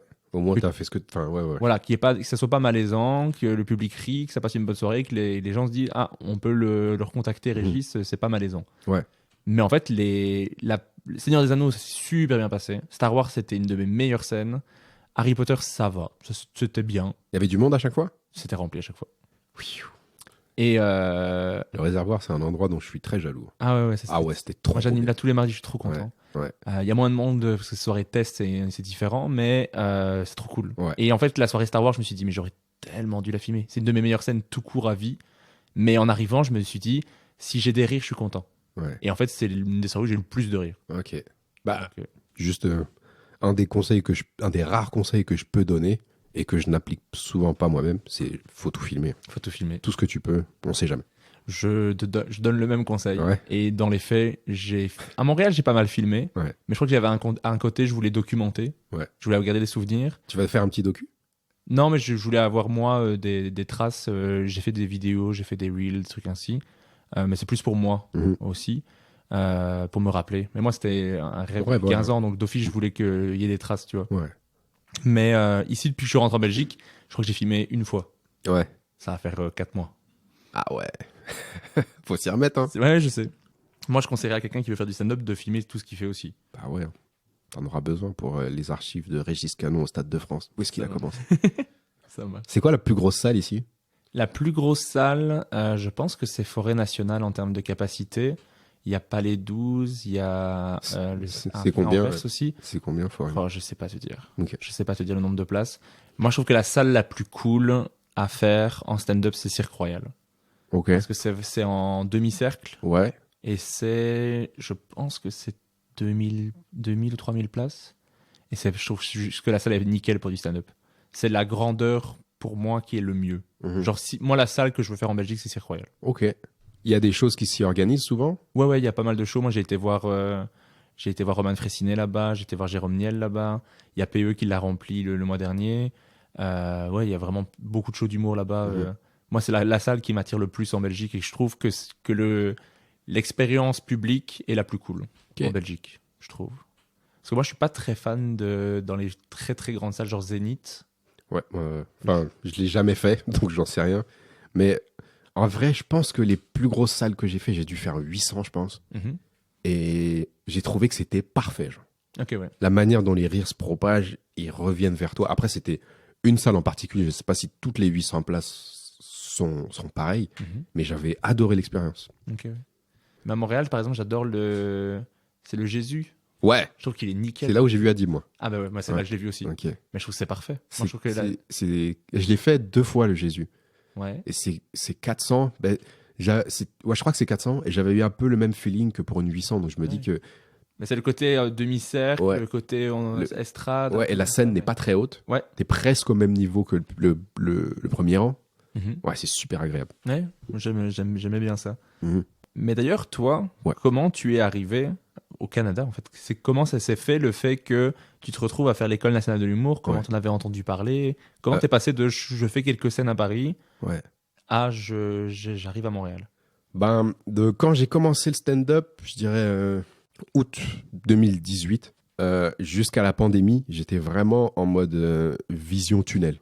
Je faisais du stand-up, je savais pas trop ce que je faisais, mais je le faisais. Je jouais partout, on me disait d'aller jouer, je testais un peu tout, mais je savais pas trop ce que je faisais. Puis la pandémie, elle a frappé, et là, à ce moment-là, je sors un peu la tête du guidon, et je suis en mode, en vrai, je sais pas trop ce que je fais. J'aime bien les trucs que j'écris, mais je sais pas travailler. Puis j'ai l'impression qu'il me manque des trucs, tu sais, en termes de tenue de scène, enfin de comment tu tiens une scène, pas comment je me sape sur scène, mais de, tu sais, comment tu projettes ta voix, comment tu bouges, comment tu t'improvises, comment t'interprètes. Enfin, je cherchais à muscler mon jeu. Et à ce moment-là, je crois que c'est ma cousine qui m'a, enfin pendant la période où je faisais du stand-up avant ça, elle m'envoyait plein de liens parce qu'elle est très cérébrale et quand elle entend parler d'un truc, elle va se renseigner partout. Pas moi c'est genre, je me lance et on verra. Et elle m'envoyait plein de liens et à un moment, je tombe sur un des liens, c'est une vidéo de Roman Fressinet justement, qui parle de l'école. Et il parle en fait à ce moment-là, je l'avais jamais vu, je l'avais jamais croisé, je savais pas qui c'était. Et en fait, il parle de tous les trucs dont j'ai besoin. Genre, ouais, tu vois, il y a des cours de chant. Ah, lourd, truc de voix. Il y a des cours d'interprétation. Ah, mortel, je pourrais plus jouer. Truc d'impro. Ah, truc. Donc là, je fais les concours et je suis pris et j'y vais. Est-ce que tu as fait les auditions à distance? Ouais. Ouais. Ouais. En visio et tout? C'était compliqué. Et qu'est-ce que tu as fait comme sketch pour l'audition? Non, j'ai envoyé une vidéo. T'as envoyé une vidéo? C'était une vidéo d'un concours, justement. Que tu avais déjà filmé devant public? Ouais. Ok, ouais. C'était justement la scène de 800 personnes. C'était vraiment une belle scène, une belle captation. Donc j'ai envoyé ça. J'ai été pris ça c'était la pré-audition. Ensuite tu fais les auditions. C'est une journée où Exercice d'écriture, exercice d'impro. Ouais. Écriture, impro, interprétation. Donc j'ai été pris là-dessus. Et j'ai dû attendre le visa, parce qu'il y avait les problèmes liés au Covid. J'ai dû attendre le visa quelques mois et je suis parti fin 2020. Ok, fin 2020. Ouais. Mais du coup, t'es sélectionné pour l'École nationale de l'humour. Ouais. Mais donc, en termes de cours, c'était en période de Covid. Ouais. Donc, comment ça s'est passé? Sur Zoom. Sur Zoom. Mais t'étais à Montréal. Ah non, quand je suis arrivé à Montréal, il y avait certains cours, par exemple, tu sais, on avait des cours un peu plus théoriques, genre histoire de l'humour, humour et société, où c'était des trucs qui se passaient sur Zoom. Et ensuite, on avait d'autres trucs comme les cours d'impro, les trucs d'interprétation. En fait, c'était modulable, ça dépendait des politiques du moment. En ce moment, on va reconfiner, puis on va déconfiner. Ça changeait. Ok, ouais. Mais comment t'as vécu ton expérience à l'École nationale de l'humour? C'était dur. Ouais. Ah ouais, c'était dur. C'était trop bien. Franchement, c'était cool. Justement, parce que j'ai été confronté à plein d'univers différents, comme on parlait au début, tu sais, la richesse de la culture québécoise qui est différente de la nôtre. Donc ça, c'était trop bien. Tu sais, d'évoluer avec des gens qui ont fait de l'impro pendant 15 ans, d'autres qui avaient jamais fait d'humour, mais qui avaient leurs références que moi, je connaissais pas. Tu sais, qui me parlaient de trucs purement québécois, ou même qui m'apprenaient d'autres choses. Enfin, plein de trucs comme ça. Je trouve que les profs, ils étaient super qualifiés, chacun dans leur domaine. C'était trop stylé.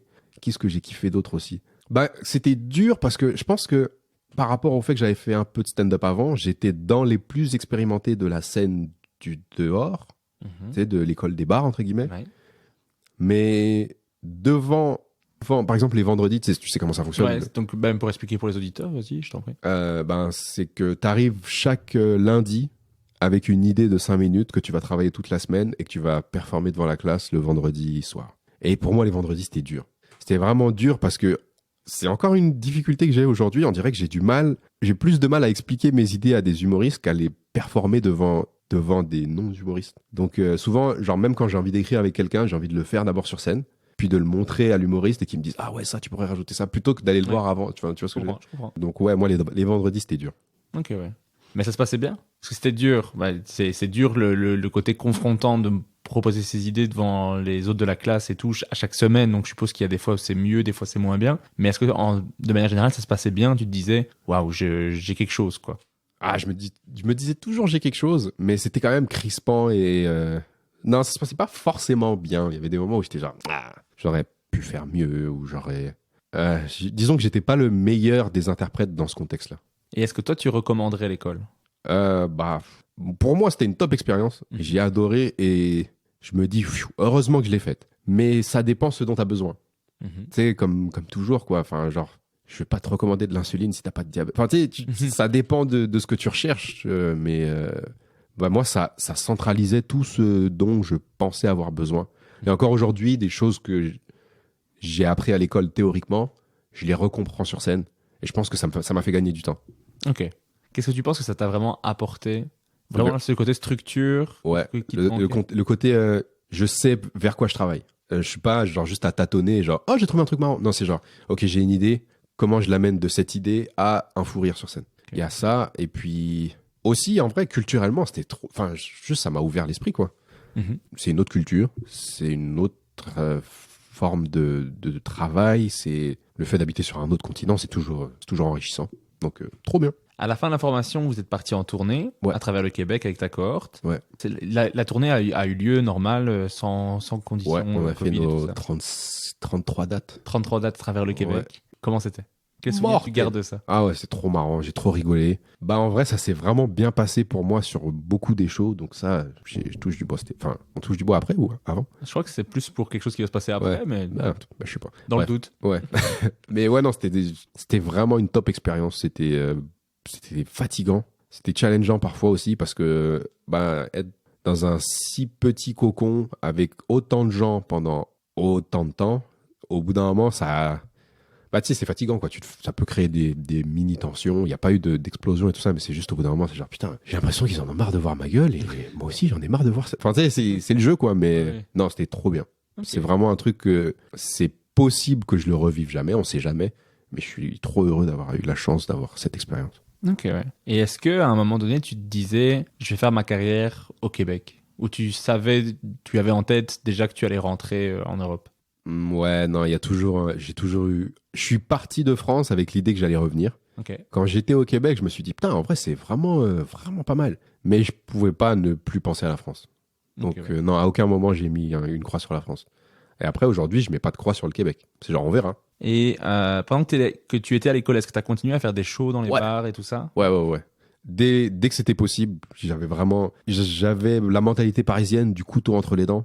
En fait, j'ai moins ce truc de faire des recherches profondes sur un truc que je vais faire. Même quand j'ai su que j'allais au Québec, je me suis dit, je vais pas trop regarder d'humoristes, je veux y aller et je vais découvrir. Donc le bordel, je connaissais pas trop, moi. Okay, ouais. Donc dès qu'on m'a... je savais que ça existait, mais je me suis pas trop posé de questions. Et vu qu'en France, je jouais beaucoup dans un comedy club, le Paname Art Café, j'avais pas une image mystique des comedy clubs. C'était genre juste, oh lourd, un comedy club, je vais y aller. Donc dès que j'ai su que c'était possible, j'ai envoyé un message. J'ai fait l'open mic, je l'ai fait relativement tôt, relativement souvent. Et c'est un des top endroits où j'ai joué dans ma vie. Mais j'ai eu la chance de pas m'être fait une image de ce truc-là avant pour ne pas... j'étais pas du tout intimidé, quoi. Ok, C'était ouais. juste, oh, Comedy Club, mortel. Tu sais, j'y allais comme un gosse. Et c'était, encore une fois, une expérience trop bien. C'est vrai que moi, pour le coup, le bordel, Ouais. moi j'avais vu en 2015, à Tout le monde en parle, les Mike Ward, Charles Deschamps qui étaient venus en parler sur le plateau Ouais. on va ouvrir un comedy club et moi je rêvais de ça. Ouais. Déjà les 6 humoristes qu'ils ont ouverts, je me suis dit waouh, rien que déjà tu peux les croiser en vrai dans un endroit. Ils parlaient du bordel. Puis après il y a plein d'humoristes qui sont allés à Montréal. Genre Farid, tu lui demandes le meilleur endroit pour jouer en stand-up, il a son comedy club et il dit le bordel. Ah ouais, encore aujourd'hui? Bah, en tout cas, il l'a dit dans des podcasts. Maintenant, je sais pas. Peut-être qu'il va Ouais. peut-être faire plus la promotion de Ouais. Madame Sarfati, qui Ouais. est vraiment un lieu cool aussi. Ouais. Mais Shirley Soignon l'avait dit aussi. Donc moi, il y avait tout un truc autour du bordel. Mais rien que ce soit l'endroit où il y a les enregistrements de sous-écoute et tout ça, C'est Moi, des mecs du stand-up francophone. c'est ça. Mais moi, le jour où j'ai fait le premier open mic au bordel, et ça s'est passé correct parce que quand j'étais en train de jouer, j'étais en train de me dire, Je suis au bordel. je suis au bordel. Ne pleure pas, Régis, continue de faire ton sketch. Ouais. Tu vois, un truc de, t'y es, Mhm. tu l'as fait. Mais j'étais en train de parler. Ouais. Et mon cerveau était en mode, putain, t'es au bordel. T'es en train de faire des blagues au bordel. Blague au bordel, blague au bordel. Ouais, Alors ouais. que t'es censé être occupé à Ouais. ce que t'es en train de faire et à connecter avec le public. Ouais. T'imagines, ça s'était inversé, genre c'est ton cerveau. Que je l'ai dit texte, ça fois. Et j'ai fait, oui, en effet. Et ça rit plus que tes blagues. D'ailleurs, il te reste 4 minutes. Allez. Bordel, bordel, bordel, bordel. C'est ça. Mais donc, ouais, c'est peut-être mieux en fait de pas avoir ce truc. Bah ouais, et puis même parfois rencontrer certains humoristes chevronnés, connus, vraiment célèbres là-bas. Moi j'avais... Bah tu sais, je suis toujours content de rencontrer des gens, mais j'avais pas le truc de genre, oh putain, c'est lui. Genre, hey, salut. Et en plus, la plupart, ils sont super sympas oui, oui. et abordables et tout. Donc, ouais, je pense que ça m'a aidé de pas tant en savoir que ça. Et du coup, j'ai découvert, par exemple, j'avais déjà entendu dans moi, un humoriste qui m'a vraiment frappé, c'est Simon Gouache. Mhm. Et j'avais entendu dans plusieurs podcasts qu'il était trop fort et tout, mais je voulais pas regarder ses vidéos. Ok. Et j'avais juste ce nom en tête. Et je suis allé le voir et il m'a foudroyé. C'était trop bien. Pareil pour Simon Leblanc. Mhm. Adib aussi. Et ouais, c'est ça. Je préfère découvrir sur le tas, quoi. Ok, ouais. Ouais.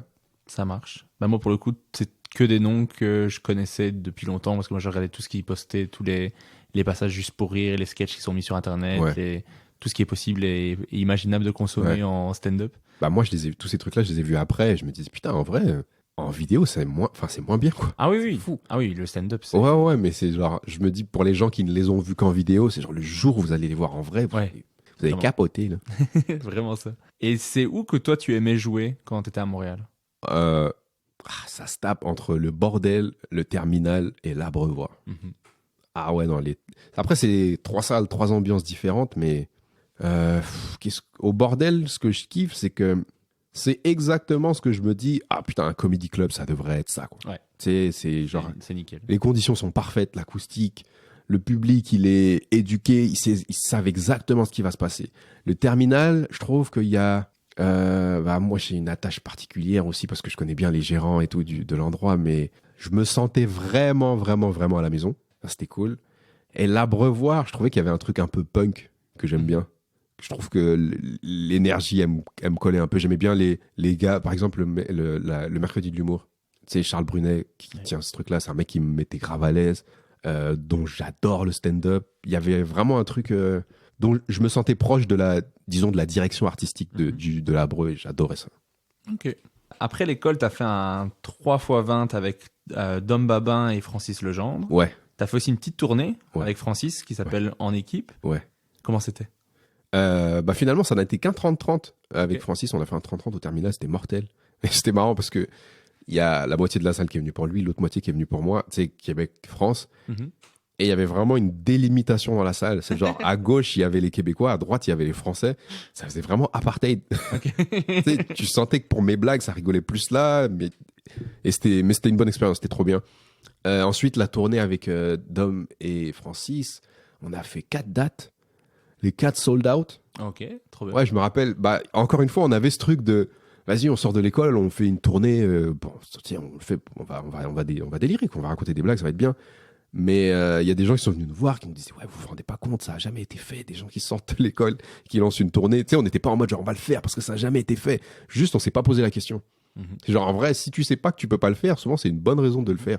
Donc c'était trop bien. Mais je voulais revenir sur la question d'avant. Toi, c'est quoi tes endroits préférés au Québec pour jouer? Moi, il y a le bordel, Ouais. mais j'arrive pas à. Je m'y sens pas relax. Ah ouais? Parce que j'ai trop, Tu y as joué trop com- mystifié le truc. Tu y as joué combien de fois? J'y ai joué. Attends, j'ai fait 2 fois le Gong Show Ouais. et j'ai dû faire 3 ou 4 fois l'open mic, Ok. je pense. Donc j'ai pas joué tant que ça. Ok. J'ai joué plus mais mon endroit préféré, c'est le terminal. Ok. Parce que je trouve que les gens sont trop gentils, Ouais. l'accueil, l'endroit, le lieu, je le trouve beau et tout. Ouais. Et les meilleures scènes que j'ai eues à Montréal en termes de réaction publique, c'était là-bas. Ok.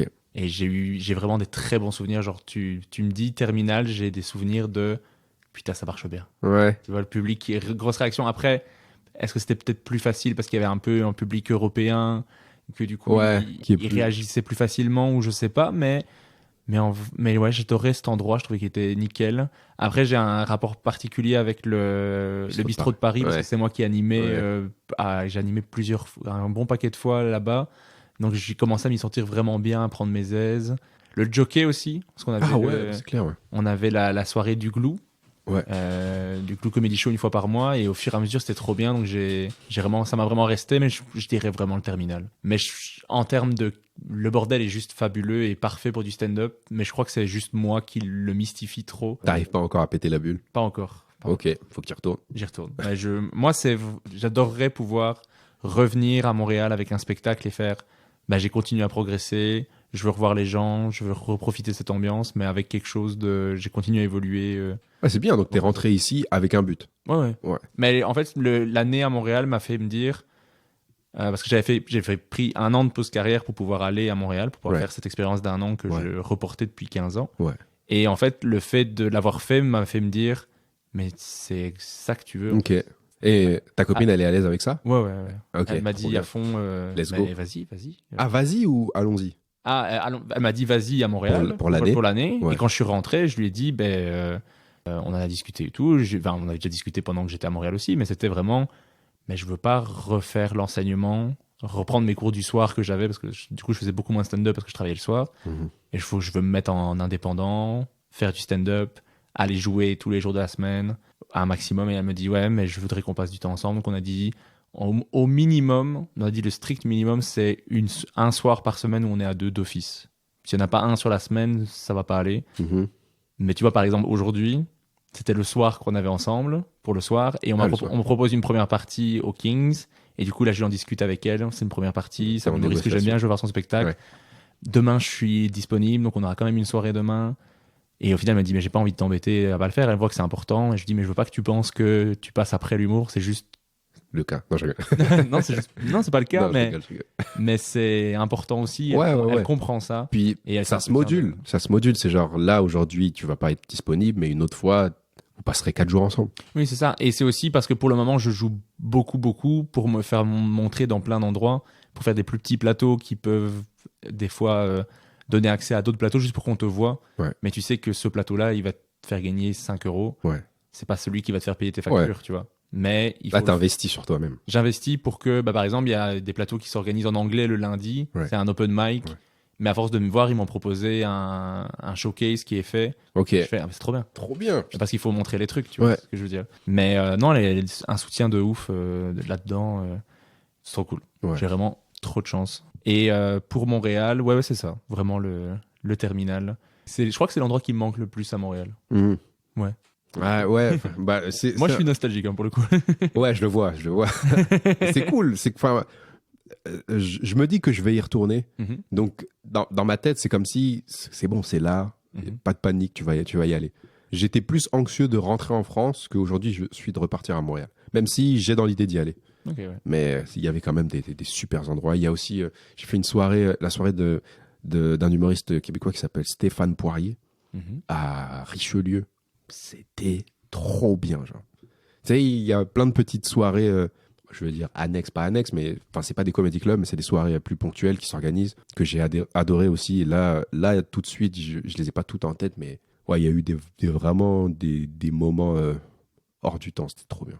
Moi, je repense à ça, il y a le Gong Show, qui est Ouais. vraiment une ambiance super particulière, mais trop bien. Ouais. J'ai adoré ça. Et c'est trop marrant parce qu'on en parle maintenant. Et il y a des humoristes, j'ai joué hier à Charleroi, c'est un humoriste de Lille qui m'a fait « Mais je t'ai pas vu quelque part ?» Et je fais « Bah, c'est possible, je fais du stand-up, je vais Ouais. souvent à Lille. »« Ah, je t'ai vu dans le Gong Show. » Je fais « Ah, c'est trop marrant. » Yo, ça Quand même. buzz de fou, le Ah Gong bon Show. Ouais, Ouais, ouais. cet office pour les humoristes, c'est trop bien, quoi. Moi, j'adore regarder même les passages nuls du Gong Show. Parce que des fois, je trouve que des gens ont des idées de Donne ouf. des noms. Non, je rigole. Je saurais pas. Tu vois, Ouais. tu les vois un passage, tu fais « Ah, c'est vraiment nul. » Ouais. Moi, j'aurais gongué plus vite. Ouais. Mais des fois, ils ont une idée incroyable dans un sketch nul. vois ce que je veux dire. Ouais, la pépite. Il y a une pépite dedans, et ils en font rien du tout. Et tu fais, mais juste pour l'idée, je suis trop content Ouais. de l'avoir regardé, tu vois. Ouais, c'est cool. Et il y a le JT Comedy Club aussi, à Montréal. Oui! Ah oui, je suis un ouf. Ouais, je l'ai oublié, la Dans soirée une, de Cyril maintenant. Maintenant, c'est Cyril qui Ouais. l'anime, ouais. Mais il y a aussi Lesco. Lesco est vraiment chouette. Ouais. Lesco, c'est un petit côté stylé, Ouais. avec Ouais, la lumière derrière et tout, un peu j'aime bien. punk aussi, ouais. Mais le JT, ouais, c'est dans un sous-sol d'une coloc de Français Ouais. ou dans leur cour arrière. Mais moi, c'est ma deuxième scène à Montréal. C'est Ok. dans la cour arrière à l'extérieur. C'était encore Anthony Giuliani. C'est Anthony Giuliani Ouais. qui... Ah non, c'était Benjamin Zanata Ok. qui animait. Et c'est ma deuxième scène à Montréal. Et je crois que juste après moi, il y a Charles Deschamps qui passe. Donc moi, j'étais trop fan de Charles Deschamps. Ouais, ok. Moi, c'est le gars du bordel. C'est un des propriétaires. Donc déjà, je me dis, putain, c'est Charles Deschamps. Je La le bulle. rencontre. Je lui demande de faire le podcast. C'est la première semaine que j'arrive. Je suis déjà comme un ouf. Ah ouais. Et je fais mon sketch. Quand t'as et je- posé les pieds sur le sol québécois, c'était le début d'un rêve. Ah ouais, Ouais. de ouf. J'ai juste perdu ma valise le jour même que je suis arrivé. C'est- Ah, il faut un prix à payer. C'est ça. Et j'ai fait mon sketch et j'entends Charles Deschamps qui rit fort à une Ouais. blague et je me dis, C'est tout pour moi. c'est trop bien. C'est parti. Quoi. Ouais. Donc là, c'est des souvenirs. Ah, c'est cool. C'est mon petit moment nostalgie. Et je t'ai pas demandé, ça fait combien de temps que tu fais du stand-up? Ah, moi, c'est la question que j'aime pas. Parce que à répondre, c'est toujours bizarre. Moi, j'en fais depuis. La première scène que j'ai fait, Right. première scène, c'est 2013, Mhm. devant des potes. Après, la vraie scène devant public, machin, 2014. Mais en fait, je travaillais le soir à partir de 2014. J'ai travaillé tous les soirs, presque de la semaine. Et donc, j'avais très peu d'occasions de faire du stand-up. Au début, j'en avais un peu plus, mais il y avait très peu de stand-up. Donc, par exemple, le Kings que tu as fait, Yeah. tu as joué 4 fois cette semaine-ci Ouais, au Kings. ouais. Bah, avant, tu avais un open mic par mois et le reste des plateaux, Ouais. c'était des spectacles d'humoristes établis. Ouais. Donc, tu savais pas jouer. Donc, j'ai joué une fois par mois, grand max au Kings. Donc, j'ai joué... cette année-là, j'ai peut-être joué 4 fois sur l'année. L'année d'après, j'ai peut-être joué 6 fois. Donc, en termes... Ça fait longtemps que j'en fais, mais j'en ai pas fait beaucoup de scènes. Que j'en fais vraiment sérieusement, je dirais l'année passée où j'étais à Montréal et que j'essaie de faire un maximum de scènes. Et cette année-ci où je suis Almost full time. almost full time. Mais j'essaie de jouer tous les jours, Mhm. presque. Mais sur le mois de novembre, j'ai joué 20 fois. D'accord. Voilà, pour avoir une petite idée. Et l'année d'avant, j'avais libéré un soir de ma semaine où j'avais arrêté un cours. Du coup, je gagnais moins, mais du coup, je faisais plus de stand-up, donc j'étais content. Mais j'ai joué tous les jeudis de cette année-là. Mais c'était un soir semaine. Tous les jeudis. Tous Genre les jeudis. 52 jeudis. Presque. Ok. Mais en tout cas, quasiment tous les jeudis. Ok. Hors vacances, Ouais. hors trucs où j'étais pas dispo. Mais tous les jeudis où j'étais en Belgique, j'ai fait du stand-up, quoi. Et c'était trop bien. Mais c'était pas assez, quoi. Ouais. Pour lancer quelque chose et pour qu'on te voit et qu'on se dise on va l'inviter à telle soirée, on va faire tel truc et pour découvrir de nouveaux trucs aussi et écrire et être productif quoi. Donc maintenant sérieusement 2 ans, une première scène 2013 Ok. pour une réponse. Ouais, non, je comprends. C'est pas linéaire. En 2023 tu as participé au Minifest, on s'y est croisé donc la soirée Arrête ton cinéma de l'ami Balthazar, coucou Ouais. Balthazar. T'as aussi beaucoup joué au ZooFest. T'as fait la soirée stand-up, t'as fait la première partie de Merwan, t'as fait la première partie de Nordin Gonzo, Edgar Rive. la première partie de Edgar Rive, Les étoiles montantes. Les étoiles montantes. Et je crois que c'est tout. Pas mal, hein? Ouais.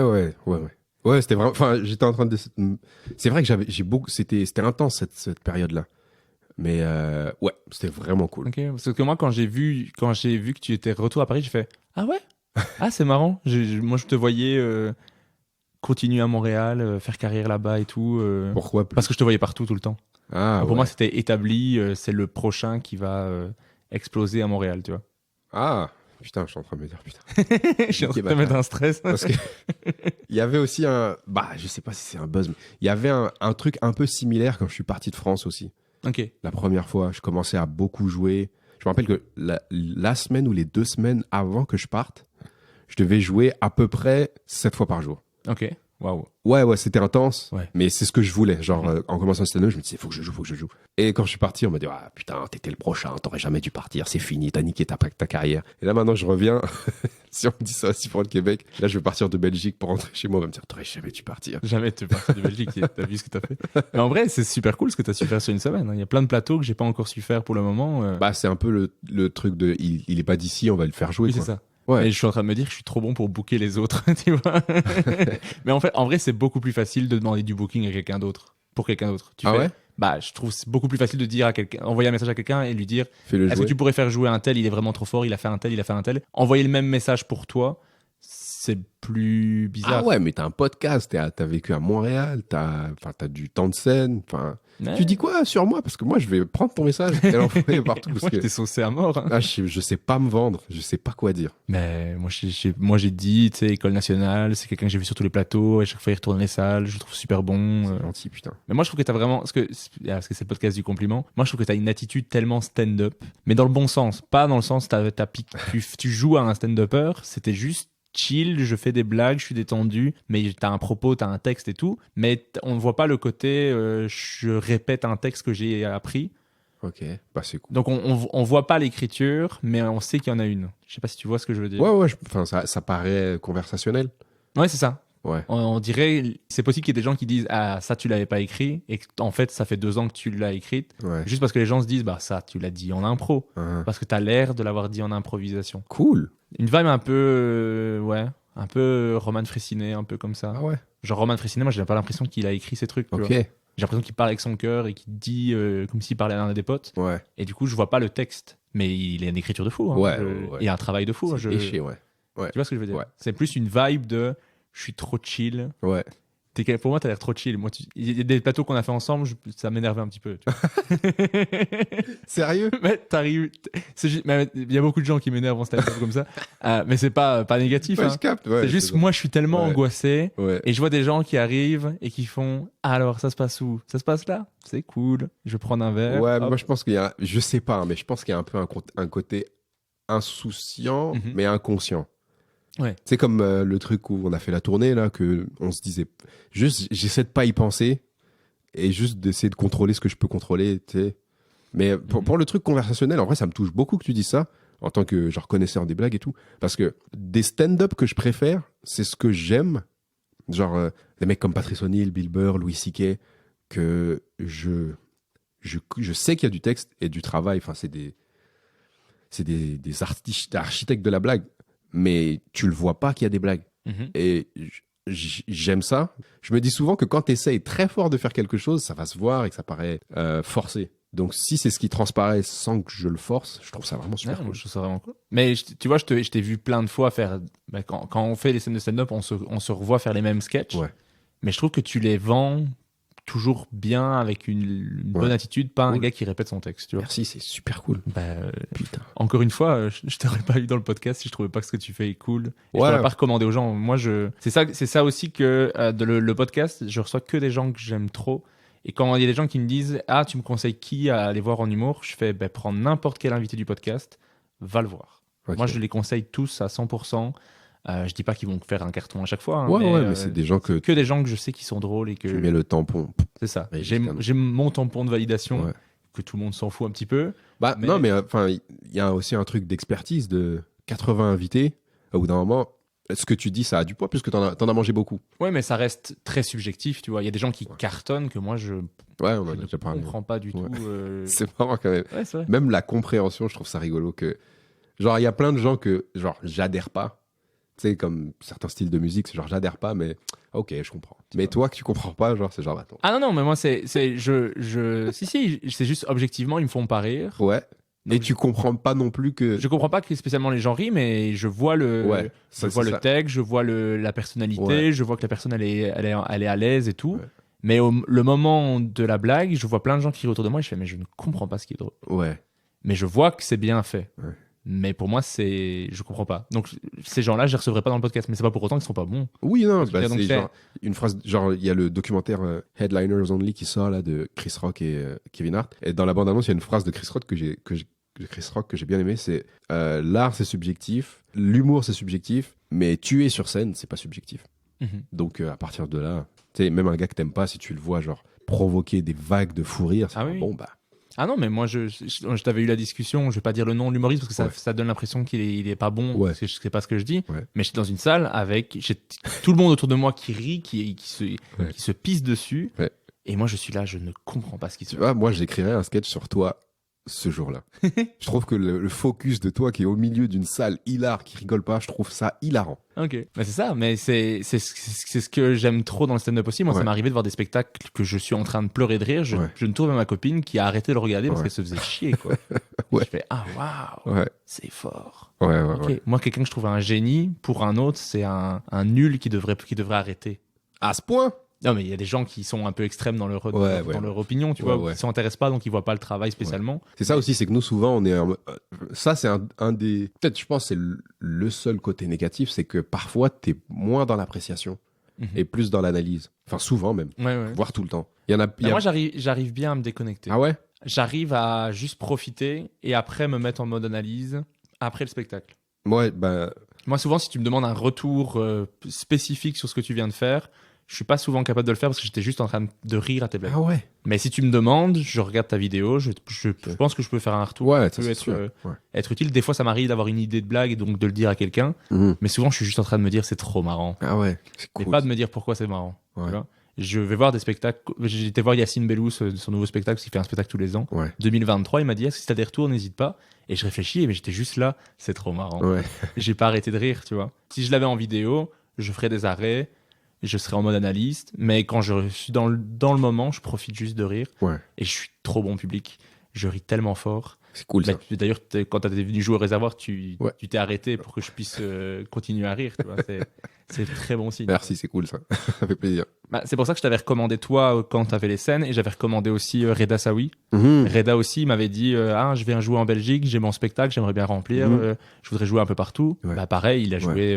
C'est un crack, Reda. Il a joué la blinde quand il est venu et c'était trop bien. Mais c'est ce qui est cool, c'est que les deux que j'ai recommandés, bah, les gens me disent tous il est trop fort. C'est vrai, t'as eu des retours? Bah, moi, je t'ai dit, j'ai enregistré hier avec Salva et Simon Lepers. Et Salva, à la fin de l'épisode, me dit je dis, qui est-ce que tu voudrais entendre dans le prochain épisode? Il me dit, t'as eu Jérémy IP? Bah, j'enregistre avec lui demain. Mais il fait, oui, c'est vrai que c'est toi qui l'avais recommandé à tout le monde. Merci, Salva. C'est le podcast du compliment. Faut que j'en donne quelques-uns pendant le podcast. C'est bien d'avoir un jour un podcast où tu roast que je reçois un invité que j'aime pas du tout. Je fais, alors, ton spectacle dernier était vraiment de la merde. On va expliquer pourquoi j'ai trouvé que c'était mauvais. Alors, partie 1. Tu t'es roulé un parchemin. Alors. C'est ça. À date, donc peu importe l'endroit, Belgique, France, Suisse. Je sais pas si t'as déjà joué en Suisse. Non. Je te conseille d'aller jouer en Suisse. J'ai pas joué en Suisse, mais j'ai vu des trucs cool. Ok. Bon, je vais faire Montreux alors. Bah ouais, c'est ça. Je te le conseille. Ça a l'air pas mal. Une petite lumière derrière, je trouve ça joli. Quelle a été ta pire et ta meilleure scène? Ma pire scène, une chicha en 2019. Ça commence bien. Mais c'était marrant parce que j'étais avec mon équipe dans le stand-up, genre mes gars sûrs. On est allé à une chicha à Bobigny. On devait être payé 80 balles. On arrive, le gars il dit les gars, ça va être 50 balles. On dit ok. Et puis on va s'installer genre devant. On attend que le truc il commence.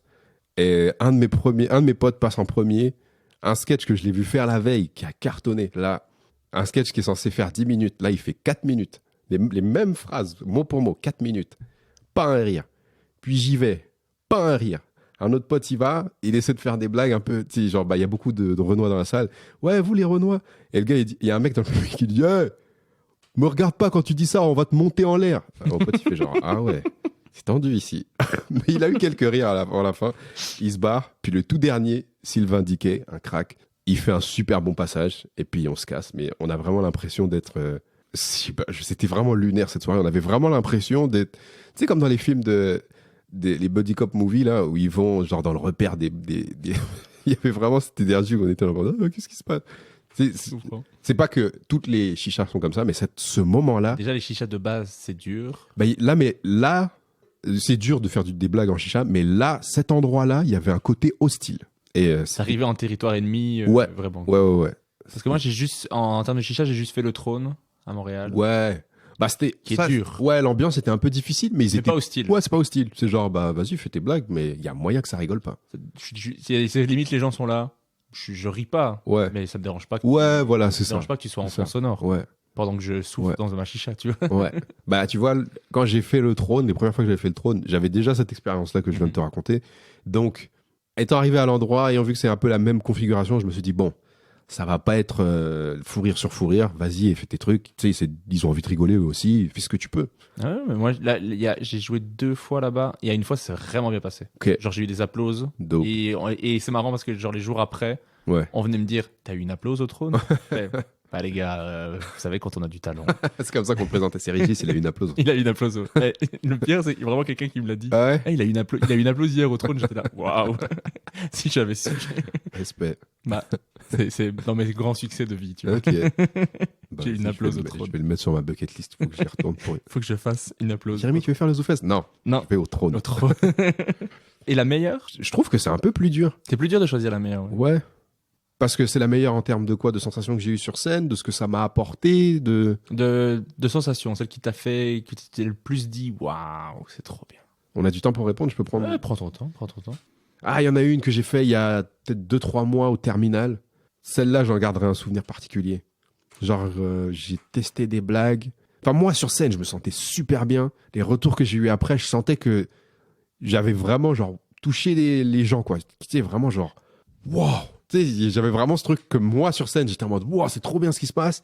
Et eux aussi. Tu sais, ce moment-là, j'ai vraiment eu l'impression qu'on, genre, on vibrait vraiment à la même vibration, enfin, à la même fréquence. Et ouais, c'est un moment que j'ai couru après ce moment sur scène pendant plusieurs semaines après, mais je l'ai pas retrouvé. Ok, ouais. Et ouais, C'est ouf. Hein. c'était magique là. Si t'avais un point à améliorer en particulier Sur dans mon stand-up. dans ton stand-up ou dans la carrière d'humoriste en général, La mienne ou là, toi, oui, pour toi. Est-ce que ça serait plus l'écriture, la gestion de la scène, la gestion du public, la gestion du stress, les réseaux sociaux? Un point amélioré. Ah ouais, bah les réseaux sociaux. Ouais. Ce serait le principal. Ouais. Ok. Et sur scène? Sur scène, prendre plus de temps, m'attarder un peu sur plus d'idées. Il y a beaucoup de trucs que, tu sais, je vais écrire en 5 minutes et puis je passe à autre chose, alors que je sais plus dans quelle interview, quel humoriste j'ai entendu dire ça, mais qui disait qu'il voyait des jeunes humoristes parfois, il disait, ah, ton 5 minutes, il est bien là, mais en vrai, c'est 1 heure de spectacle qu'il y a là. Ok. Genre, tu sais, tu peux creuser, tu peux approfondir. Ça, j'aime vraiment bien. Tu sais, un mec comme Louis C.K. qui est vraiment dans la déconstruction de chaque sujet. Mais il en parle après dans son processus créatif. Il dit que c'est vraiment extrêmement douloureux à faire. Ouais. Mais ça, j'aimerais bien tendre vers ça. Mais je suis pas trop pressé dans le sens où je me dis, c'est pas tant un métier qu'une vocation. Donc, à moins de me faire frapper par une voiture ou de me prendre une enclume sur la tête, je vais faire ça j'ai envie de faire ça toute ma vie en tout cas. Mhm. Donc je suis pas pressé. Qu'est-ce que t'aimes le plus et le moins dans le fait de faire de l'humour? Là en ce moment il y a une tendance que j'aime pas trop, c'est le clapter. Le clapter? L'humour à clap, c'est Ok, genre oui. c'est pas vraiment des blagues que je fais, c'est des statements, enfin que je vois ça parfois sur scène. Tu sais, des gens qui viennent avec un propos, mais pour moi il y a plein de propos intéressants que tu peux avoir sur scène. C'est un bon endroit pour aborder des trucs qui te tiennent à cœur. Mais fais-le avec des blagues, quoi. Ouais, Mhm. et avec des blagues qui sont designées pour faire rire, pas pour solliciter des applaudissements. Genre, ouais, c'est grave vrai. Ça me cringe même. Ouais, après, des fois, c'est bien fait, c'est amené dans un spectacle. Ouais, mais Ouais, mais c'est parce que... Ouais, je comprends. malgré ça, je trouve qu'il y a toujours moyen de dire ce truc-là en créant un fou rire plutôt mais après, peut-être que je vais évoluer là-dessus. Tu sais. Non, mais je peux comprendre, mais moi, j'ai ça aussi, et j'aime bien... S'il y en a un qui a une rupture à un truc, qui va Ouais, me casser après, oui, voilà, ça, j'adore ça. Ouais, ou qui amène une tellement grosse blague derrière. ouais, ouais, Ça, j'aime bien. ouais. Je vois le truc un peu de maîtrise. Ouais. J'ai vraiment C'est ça, choisi. je les Il n'y a tiens pas de sur blague un- à ce moment-là, je Ouais. tiens les gens et paf, Ouais. la grosse blague. Ouais. Ça, je trouve ça vraiment super cool. Et il y a plein de trucs intéressants à aborder et de causes à défendre, mais on fait des blagues. Ouais. Mais bon. Ok. Et qu'est-ce que t'aimes le plus? C'est de faire des podcasts avec Régis Canon. Ouais, c'est cool. En vrai, c'est cool. Non, en vrai, je pensais pas que j'allais être aussi. Bah, c'est peut-être parce qu'on se connaît un peu aussi, mais ouais, je suis plus à l'aise que j'aurais cru. Ce que j'aime le plus, en vrai, c'est tout ce qui est périphérique à la scène. Genre discuter avec des gars qui me font vraiment rire Et tu sais, quand il y a des blagues qui naissent dans les coulisses, c'est trop bien ça. Genre, je parlais des gars avec qui j'étais en... J'ai bourlingué un petit peu là. Sylvain Diquet, Yazid Assoumani, Samy Bell, Boris Chelin, c'est des gars qui me font vraiment beaucoup rire. Il y a une blague de Samy Bell en ce moment qui me fait beaucoup rire aussi, que j'aime. Il y a des gens que j'aime voir jouer sur scène. Tu sais, genre, j'aime bien les blagues, tu sais, disons les lignes, mais j'aime bien les moments de jeu. Et Samy, en ce moment, il a des blagues qui me font énormément rire. Des longs act-out. C'est quelque chose que je voyais moins, surtout à Paris. À Paris, il y a vraiment un truc un peu de... c'est bien après, mais un culte de l'efficacité où c'est très bam, bam, bam, bam, bam, bam, bam. Et là, en ce moment, Samy, il a une blague. Je ne vais pas vendre sa blague, mais c'est une longue scène qui l'étire, et je trouve ça hilarant. Ça, j'aime bien. Et qu'est-ce qu'on pourrait te souhaiter pour la suite de ta carrière? Parce que tu as dit que tu voulais faire ça toute ta vie. En vrai, des salles remplies, pas de bad buzz, parce que j'avoue, parfois, je sais pas si...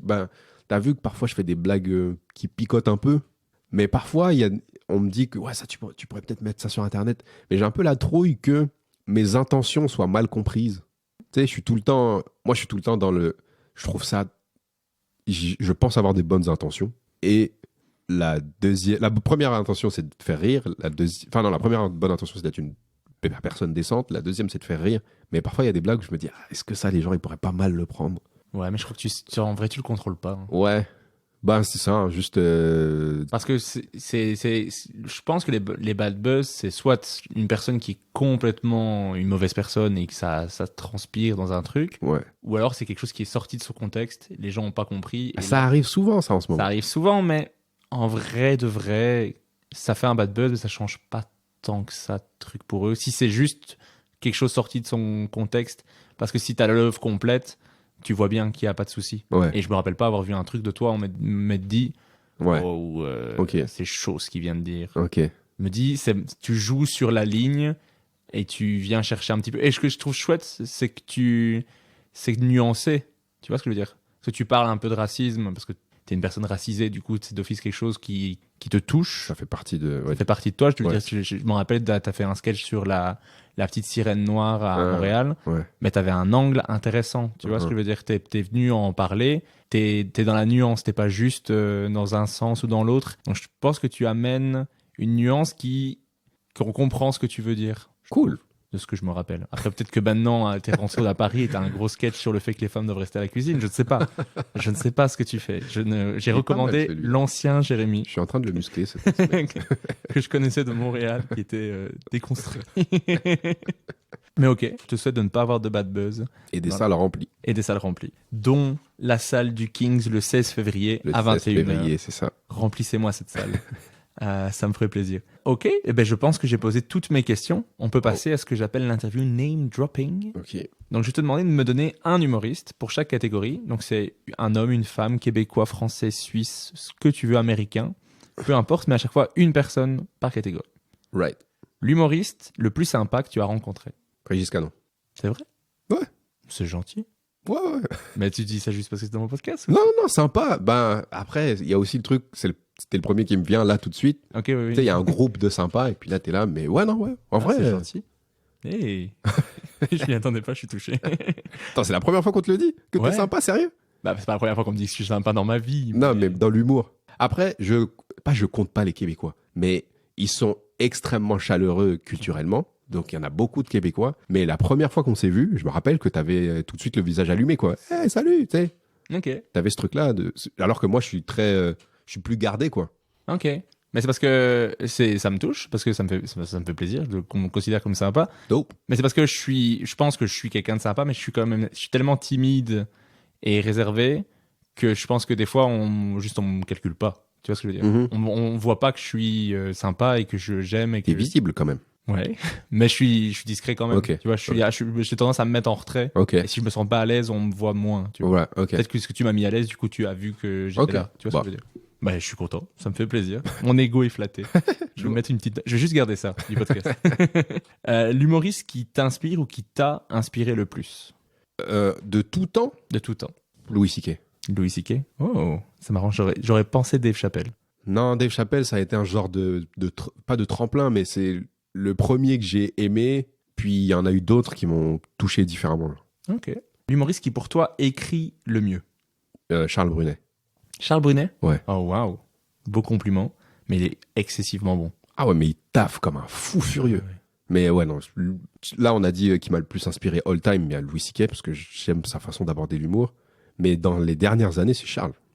Ok, waouh. Ah ouais, non, ça. Ah non, mais je suis d'accord avec toi, hein. Je l'ai trouvé incroyable. Je l'ai vu parler de plein de sujets avec plein d'intelligence et tellement jeune. Enfin, moi, je me sentais vieux à chaque fois à chaque fois que je le voyais. Bah, on est vieux, mais. On est vieux, ouais. Mais pour Charles Brunet, tout Ouais. le monde est vieux, tu vois. Il est tellement bon. Moi, ce que je kiffe, c'est à quel point il est précis et j'aime bien sa façon d'aimer l'humour. Je trouve que ça ressemble à la mienne. Mhm. Tu sais, genre les blagues, quoi. C'est quoi la blague? Ouais. Et Mais très simple aussi. Ouais. Tu vois, c'est pas plein de fioritures, mais ça, c'est pas pour précis. autant basique. ouais, C'est ouais, recherché, ouais. mais accessible.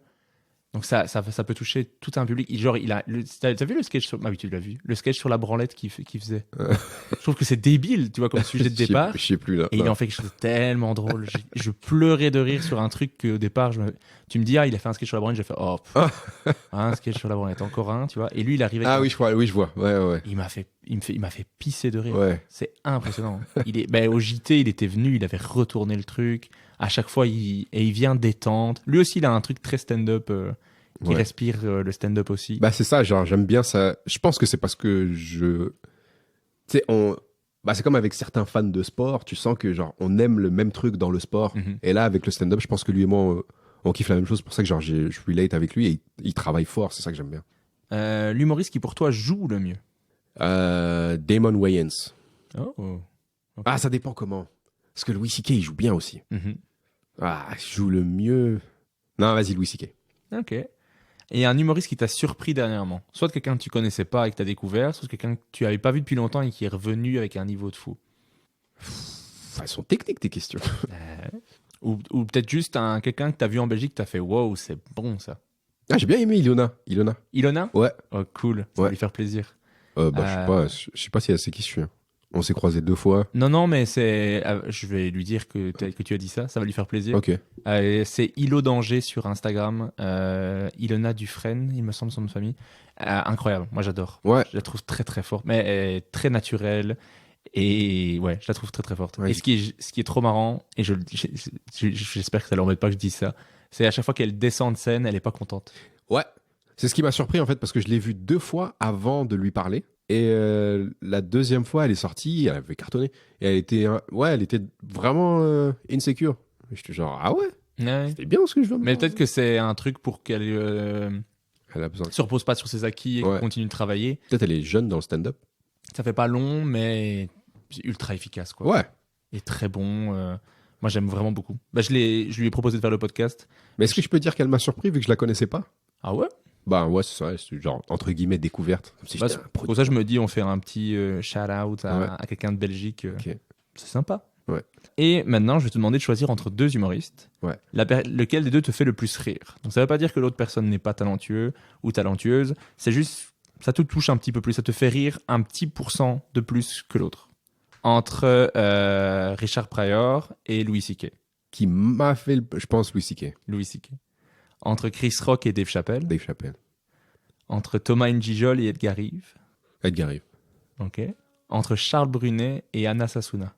Charles Brunet. Entre Blanche Gardin et Charles Soignon. Blanche Gardin. Entre Louis Chappé et Marwan Ben Lazare. Ah, ça fait longtemps que j'ai pas vu Louis. Vas-y, basé sur ce que je connais. Mais je connais plus les blagues de Louis. Donc.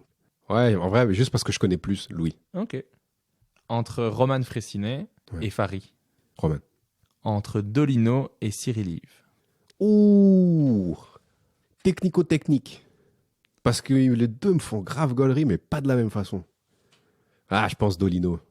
Et entre Dom Babin et Francis Legendre. Francis.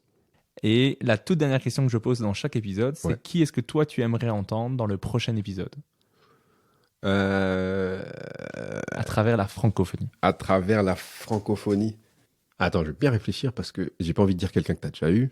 Tu peux prendre du temps? Ouais, vas-y. À ton aise. On est tranquille, on est posé. On a du jus de pomme. T'en veux d'ailleurs? Je veux bien après, t'inquiète. Ok. Qui est-ce que j'aimerais bien entendre? Yazid Assoumani. Ok. Tu le connais? Pas encore. Ok. Mais c'est cool. C'est une des raisons principales pour lesquelles je pose la question. Ouais. C'est pour découvrir de nouvelles personnes. Ok. À chaque fois, le nom qu'on me donne, si je le connais pas, je le rajoute dans ma liste et je vais aller voir ce qu'ils font. J'imagine elle doit être très très longue cette liste. C'est une bonne liste. Ouais. Il y a Bah, de quoi faire. ouais, Yazid, c'est un mec que je le trouve jamais pas drôle. Ok. Même quand on est en dehors de scène, quand il te raconte sa vie. Et c'est... Avant, je trouvais qu'il contrôlait moins son truc, mais là, je l'ai pas vu depuis 3 ans. Et puis quand je reviens, on dirait qu'il est tout le temps on, quoi. Mhm. Et ouais, je le trouve trop marrant. C'est ça qui est cool aussi de laisser du temps et de revoir les gens Ouais, après les un gens, ils moment. mûrissent, ouais. Je trouve ça trop cool Ouais. de voir l'évolution. Ouais. C'est ça que moi je suis parti balayer 1 an à Montréal. Quand je suis rentré, j'ai vu des gens, je me suis dit waouh, Cool. l'évolution est folle de certains. Ouais. Il y en a d'autres qu'il n'y a pas d'évolution et tu fais pas. C'est très bien. Ouais. Et moi, j'ai les compliments qui m'ont fait plaisir quand je suis rentré, c'est les gens qui ont fait waouh, on voit que tu as bossé à Montréal Ouais. et ça m'a fait très plaisir. Il y a des fois où c'était pas le cas, hein. Il y a des bonnes scènes et des moins bonnes scènes, mais c'est un compliment qui me fait plaisir. On voit qu'il y a du travail parce que j'y mets du travail, donc j'aime bien que ça se voit. Ouais. Tu vois. Normal. Donc espérons que ça continue dans ce sens-là. Yes, sir. Ben, merci beaucoup, tu as Merci répondu à à toi. toutes mes questions, merci beaucoup d'avoir fait le podcast avec Je moi. t'en prie. Et j'espère que tu auras une salle remplie le 16 février à 21h Ouais. au Grand Kings à XL. Remplissez-moi cette salle, s'il vous plaît. Montrons à la France que la Belgique, on sait recevoir. Ça marche. Ça, c'est marche. pour motiver les Belges. Il n'y a rien de mieux Ouais. pour motiver des Belges que leur dire hey, faites mieux que la France. Ok, C'est bah, vraiment le meilleur moyen pour les avoir. toute la France attend que vous remplissiez cette salle. Ça marche. Merci beaucoup. Merci à toi.